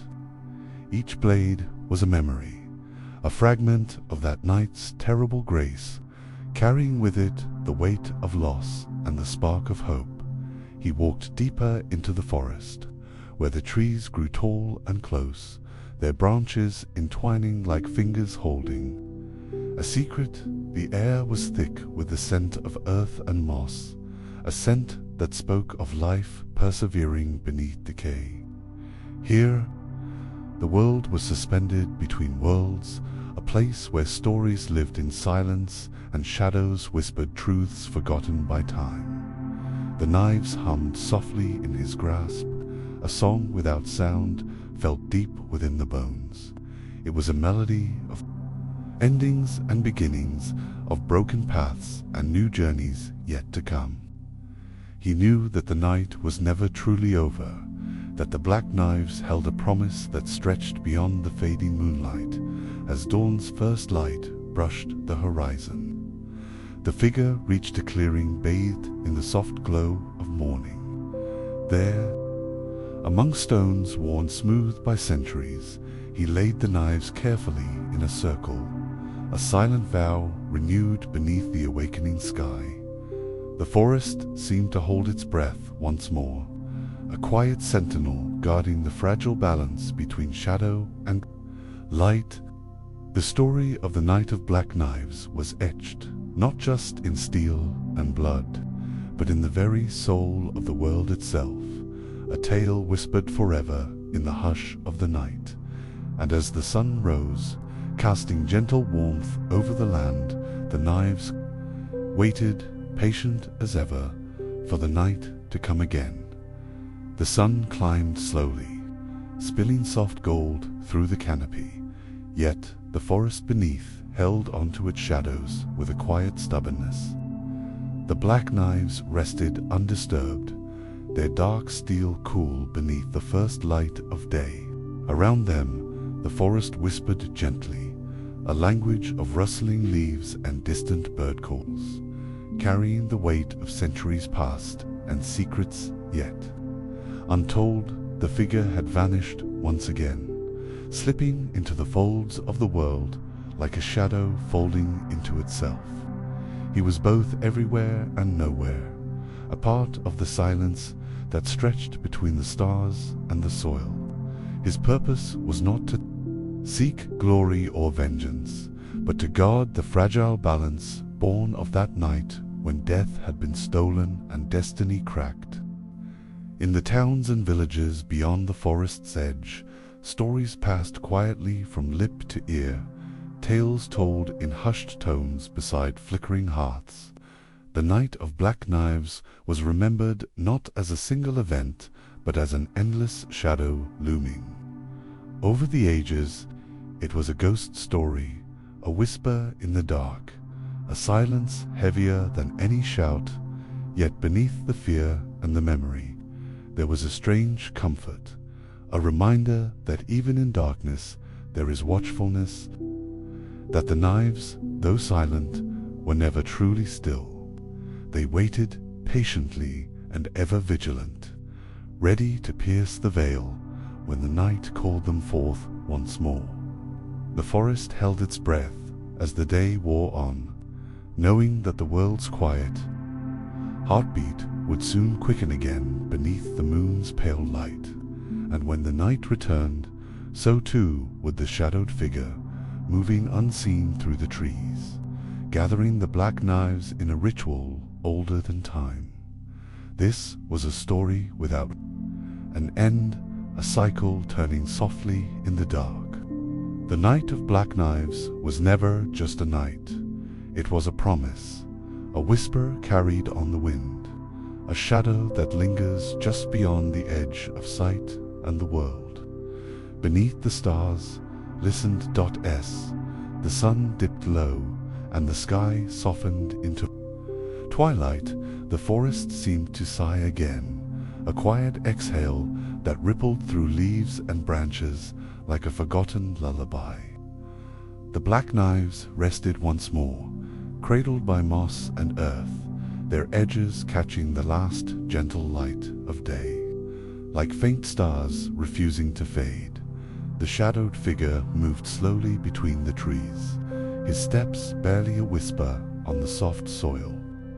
His cloak, dark as the night itself, drifted like smoke behind him, blending seamlessly with the gathering dusk.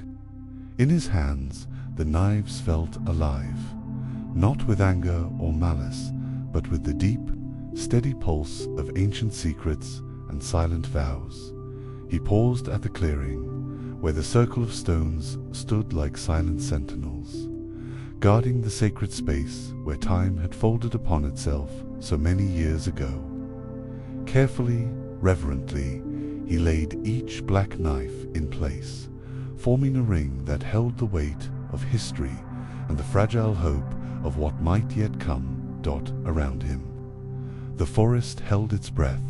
The rustle of leaves softened to a hush, the distant call of night creatures gentle and slow.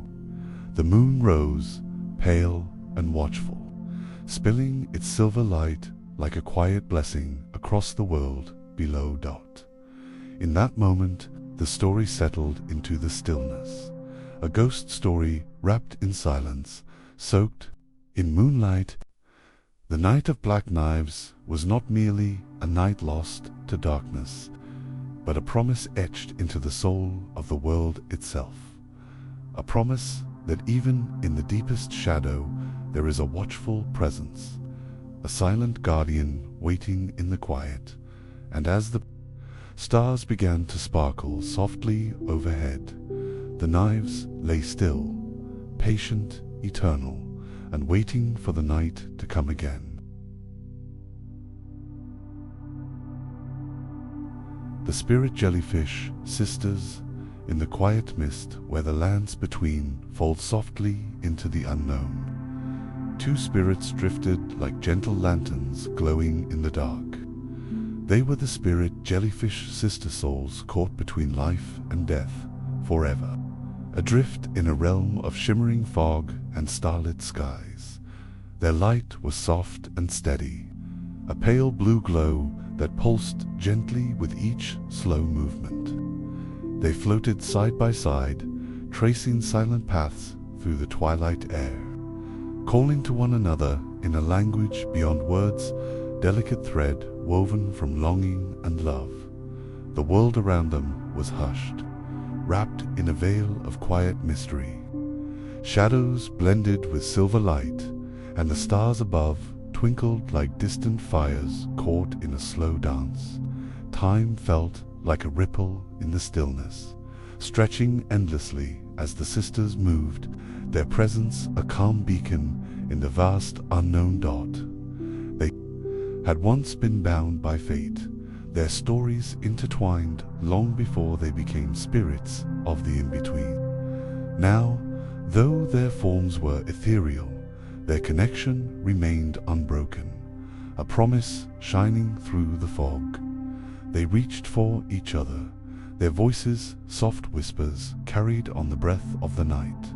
No rush, no fear, only the patient waiting that comes with knowing some bonds transcend the boundaries of life and death. As they drifted, the sisters passed over quiet lakes that mirrored their glow, spreading their gentle light across the still water like a blessing. The cool mist curled around their luminous forms, weaving through their tendrils. carrying with it the scent of rain and distant ocean tides, scent that spoke of memories just beyond reach, beneath the surface.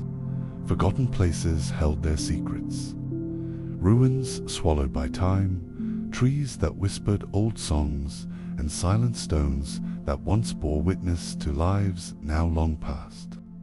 Yet, in the silence, the sisters' light was a quiet song, a soft pulse of life amidst the stillness. Occasionally, distant voices echoed faintly through the fog whispers of those who had walked these lands before, carrying hopes and regrets, joys and sorrows, all mingling in the delicate tapestry of the in-between. The sisters listened, their glow flickering gently in sympathy, their presence a bound to the restless spirits. Through endless nights and fleeting dawns, the spirit jellyfish sisters moved with slow grace. They were both guides and companions to those lost in the shadows, their light a reminder that even in waiting there is beauty and strength, and though the mist might part and the world shift around them, the sisters remained constant as the stars above, steady as the tides below, forever weaving their quiet story of love, waiting, and voices not yet forgotten. The sisters drifted deeper into the mist-shrouded expanse, their soft light barely piercing the thick fog that cloaked the lands between. Around them, the world was a quiet place where time seemed to pause, and the edges between past, present, and future blurred like watercolors bleeding into one another.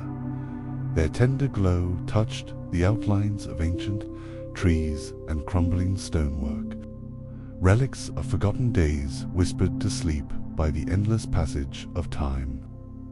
These ruins held stories etched in silence, tales of lives once lived with hope and heartbreak, joy and sorrow, love and loss. The spirit jellyfish sisters carried these stories gently, their presence a bridge between what was and what might. Still, in the stillness, a soft murmur rose from the depths, the breath of the earth itself, steady and slow. It was a reminder that even in the quietest moments, life continues its endless rhythm. The sisters swayed with the pulse, their glow ebbing and flowing like the tides that once shaped the world beneath their feet. Between them, a delicate thread of light stretched, a connection woven from memories and promises, laughter and tears. Though separated by the vastness of the mist, their spirits reached across the distance with quiet yearning.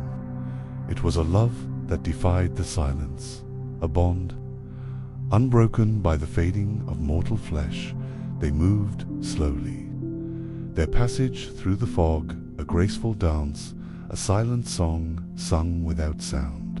The sisters' light shimmered softly, casting gentle reflections on the mist, as if the very air were alive with their presence. Around them, shadows shifted, taking shapes both strange and familiar, ghostly figures, echoes of those who had wandered these lands before, flickered at the edge of sight. Some paused to watch the sisters' light, drawn to their calm, luminous grace. Others vanished as quickly as they appeared, swallowed again by the folds of time. Yet the spirit jellyfish sisters never wavered. Their glow was steady, a beacon for all lost things, souls adrift in the fog, memories tangled in the web of years, and hopes that refused to fade. They moved through the silence with quiet purpose, a gentle promise that no voice is truly lost, and no love ever forgotten. As the night deepened and the stars wheeled overhead, the sisters continued their journey to lanterns floating softly, forever seeking, forever waiting. The mist curled and thickened as the sisters drifted onward, their glowing forms weaving gentle patterns through the grey twilight. Around them, the lands between held their breath, wrapped in the quiet stillness that only comes when the world itself seems to pause in reverence. The sisters' light was soft but unwavering, like a promise whispered on the wind. It stretched between them, a silken thread of hope and remembrance, binding their souls through the endless night. Though the fog tried to obscure them, their glow held firm, a gentle beacon in the vast, uncertain dark, with each slow, drifting pulse. The sisters reached out through the silence. Their voices were not sounds, but feelings, warm currents flowing through the cold air, carrying with them the memories of laughter shared, of whispered secrets under moonlit skies, of hands once held and never forgotten. They moved between worlds, crossing boundaries unseen, their paths weaving through forgotten places where the past still lingered like a fragile breath, around ruined towers and shattered halls. The sisters floated, their light spilling softly over stones worn smooth by time. Each step they took was a quiet blessing, a touch of warmth against the chill of forgotten grief.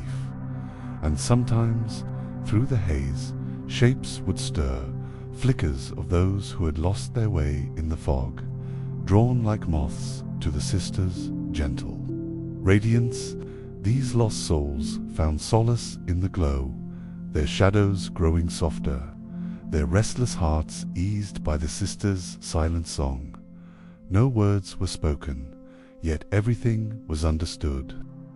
The sisters' light was a language older than time itself, a story told in glimmers and glows, in the spaces between heartbeats, in the pause of a breath held just long enough to remember as dawn's pale fingers began to touch the horizon. The sisters slowed their dance, drifting closer together, their lights intertwined, weaving a tapestry of blue and silver that shimmered like a dream. In that moment, the world seemed to hold its breath once more, the quiet between night and day a sacred space for love and waiting.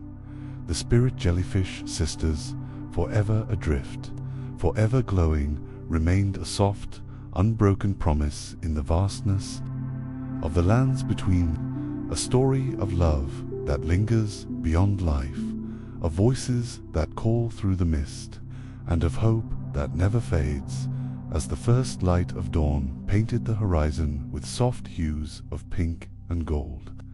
The mist began to thin ever so slowly, revealing more of the quiet world beneath. The spirit jellyfish sisters moved gently, their glow now mingling with the warm touch of morning, creating a shimmering dance of light and shadow upon the land. They floated closer to one another, their tendrils brushing in delicate caresses. Movement, a silent promise, a reminder that though they drifted between life and death, their bond remained unbroken. The air was cool and still, filled with the subtle scent of salt and earth, a tender reminder of the vast ocean beyond and the soil beneath their feet. The sisters' soft radiance spread across the fading mist, reaching to the edges of forgotten memories and quiet dreams. Here, in this fragile space where night surrendered to day, they carried the stories of those lost and found, of whispered hopes that refused to fade, of loves that lingered beyond the final breath. Below them, the lands stretched out, quiet and waiting. The gentle rustle of leaves and the distant song of a lone bird were the only sounds to break the peaceful silence. It was a world balanced on the edge of waking, a moment held between two breaths. The sisters floated onward, their light weaving through the gentle dawn like threads of silver and blue. Though the fog thinned, their glow never dimmed. It was a steadfast light that reached beyond the veil, touching all who wandered in the twilight, guiding them with a calm, steady hand. In the softening light, they whispered to one another, not in words, but in the quiet exchange of feeling and memory. They shared the weight of endless waiting, the warmth of love carried through the ages, and the gentle hope that one day their voices might be heard across the vast silence. And so, as daybreak stretched its arms wide and the world slowly awoke, the spirit jellyfish sisters continued their eternal journey, a quiet story of love, waiting, and voices not yet forgotten, carried softly on the winds of the lands between. The morning light grew warmer, yet the sisters' glow remained steady. A soft pulse against the awakening world, they drifted through the slowly parting mist, their forms shimmering like distant stars caught in a pale blue ocean dot around them. The lands between stretched wide and quiet, filled with echoes of moments long past, whispers of laughter, of tears of love and loss that still lingered in the air like fragile petals floating on a breeze. The sisters moved through this memory-laden world with tender grace, carrying the weight of all these stories gently within their light. Though their journey seemed endless, it was never rushed. They knew the value of waiting, of being patient.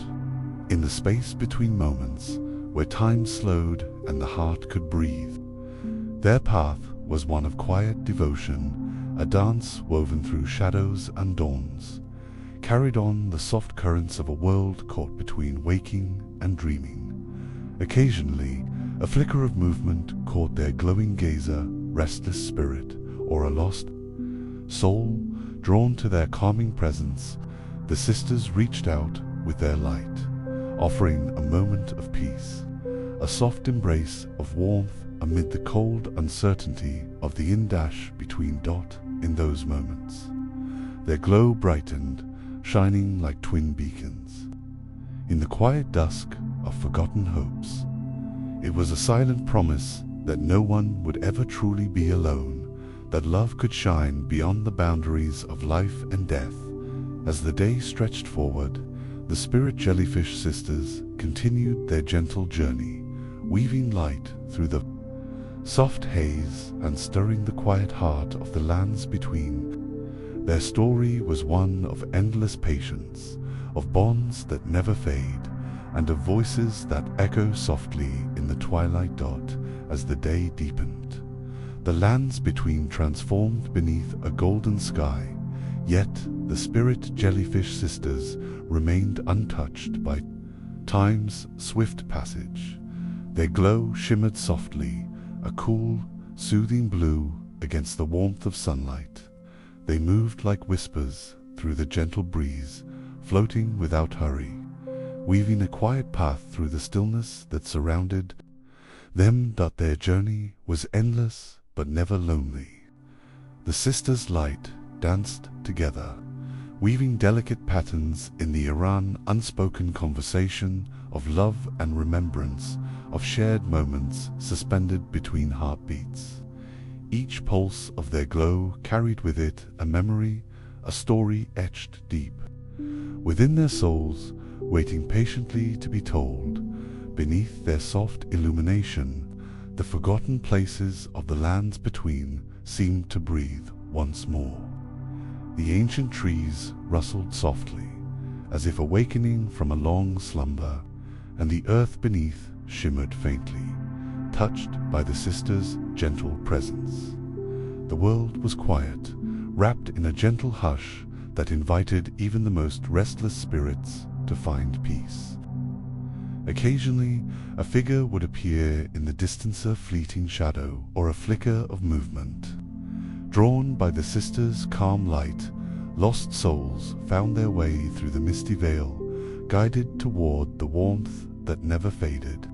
The sisters welcomed them without words, their glow embracing the weary and the wandering, offering comfort in the silence. Time folded around them like a soft blanket, wrapping the sisters in a timeless embrace. Their story was one of infinite waiting, of voices that never fade, and of love that lingers softly beyond the veil. They were the gentle light in the quiet night, the promise that even in the vast unknown, connection endures. And so, beneath the ever-changing sky, the spirit jellyfish sisters continued their eternal dance, floating softly through the lands, between a quiet story told in light and silence, a lullaby for all who wander in the space between.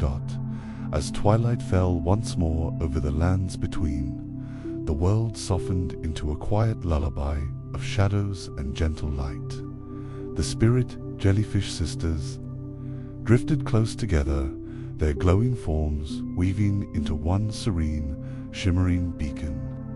Their light pulsed softly, a heartbeat felt in the stillness, a promise held across the silent night. They had traveled endless skies and whispered seas, through mists thick with memories and stars, bright with hope.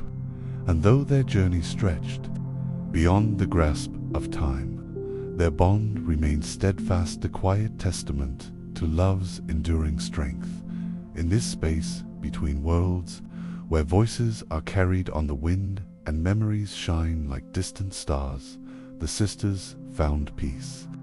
No longer chasing, no longer waiting, just being, wrapped in each other's light, a gentle warmth in the vastness of the night. Their glow touched the hearts of those who wandered nearby, lost souls, dreamers and quiet watchers alike. Comfort, a reminder that even in silence, love speaks, as the moon rose high, casting silver across the misty land. The spirit jellyfish sisters began their slow, graceful dance once more. Their lights flickered softly, like whispers, fading gently into the dark, but never gone, never forgotten.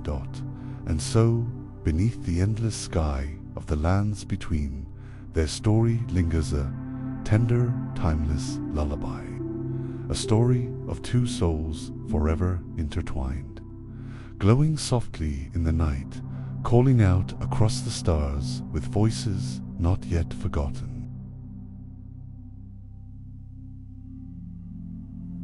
As we draw this journey to a close, we've wandered through the misty shadows and glowing lights of the lands between, meeting warriors, legends, and spirits alike, from the solemn, black-bladed Maliketh to the blasphemous power of Rykard, from the silent terror of the night of black knives to the gentle glow of the spirit jellyfish sisters. Each tale has unfolded like a soft whisper in the night. These stories remind us that even in worlds filled with darkness and strife, there are moments of quiet beauty, enduring love, and hopeful light. They teach us about waiting patiently, about bonds that reach beyond life and death, and about the silent strength found in stillness. Thank you for sharing these tales with me, for stepping into the shadows and the silence, for listening to the voices not yet forgotten. May their stories bring you calm, inspire your dreams, and remind you that in every ending there is a gentle beginning. Rest well, traveler. Until we meet again beneath the ever-turning stars.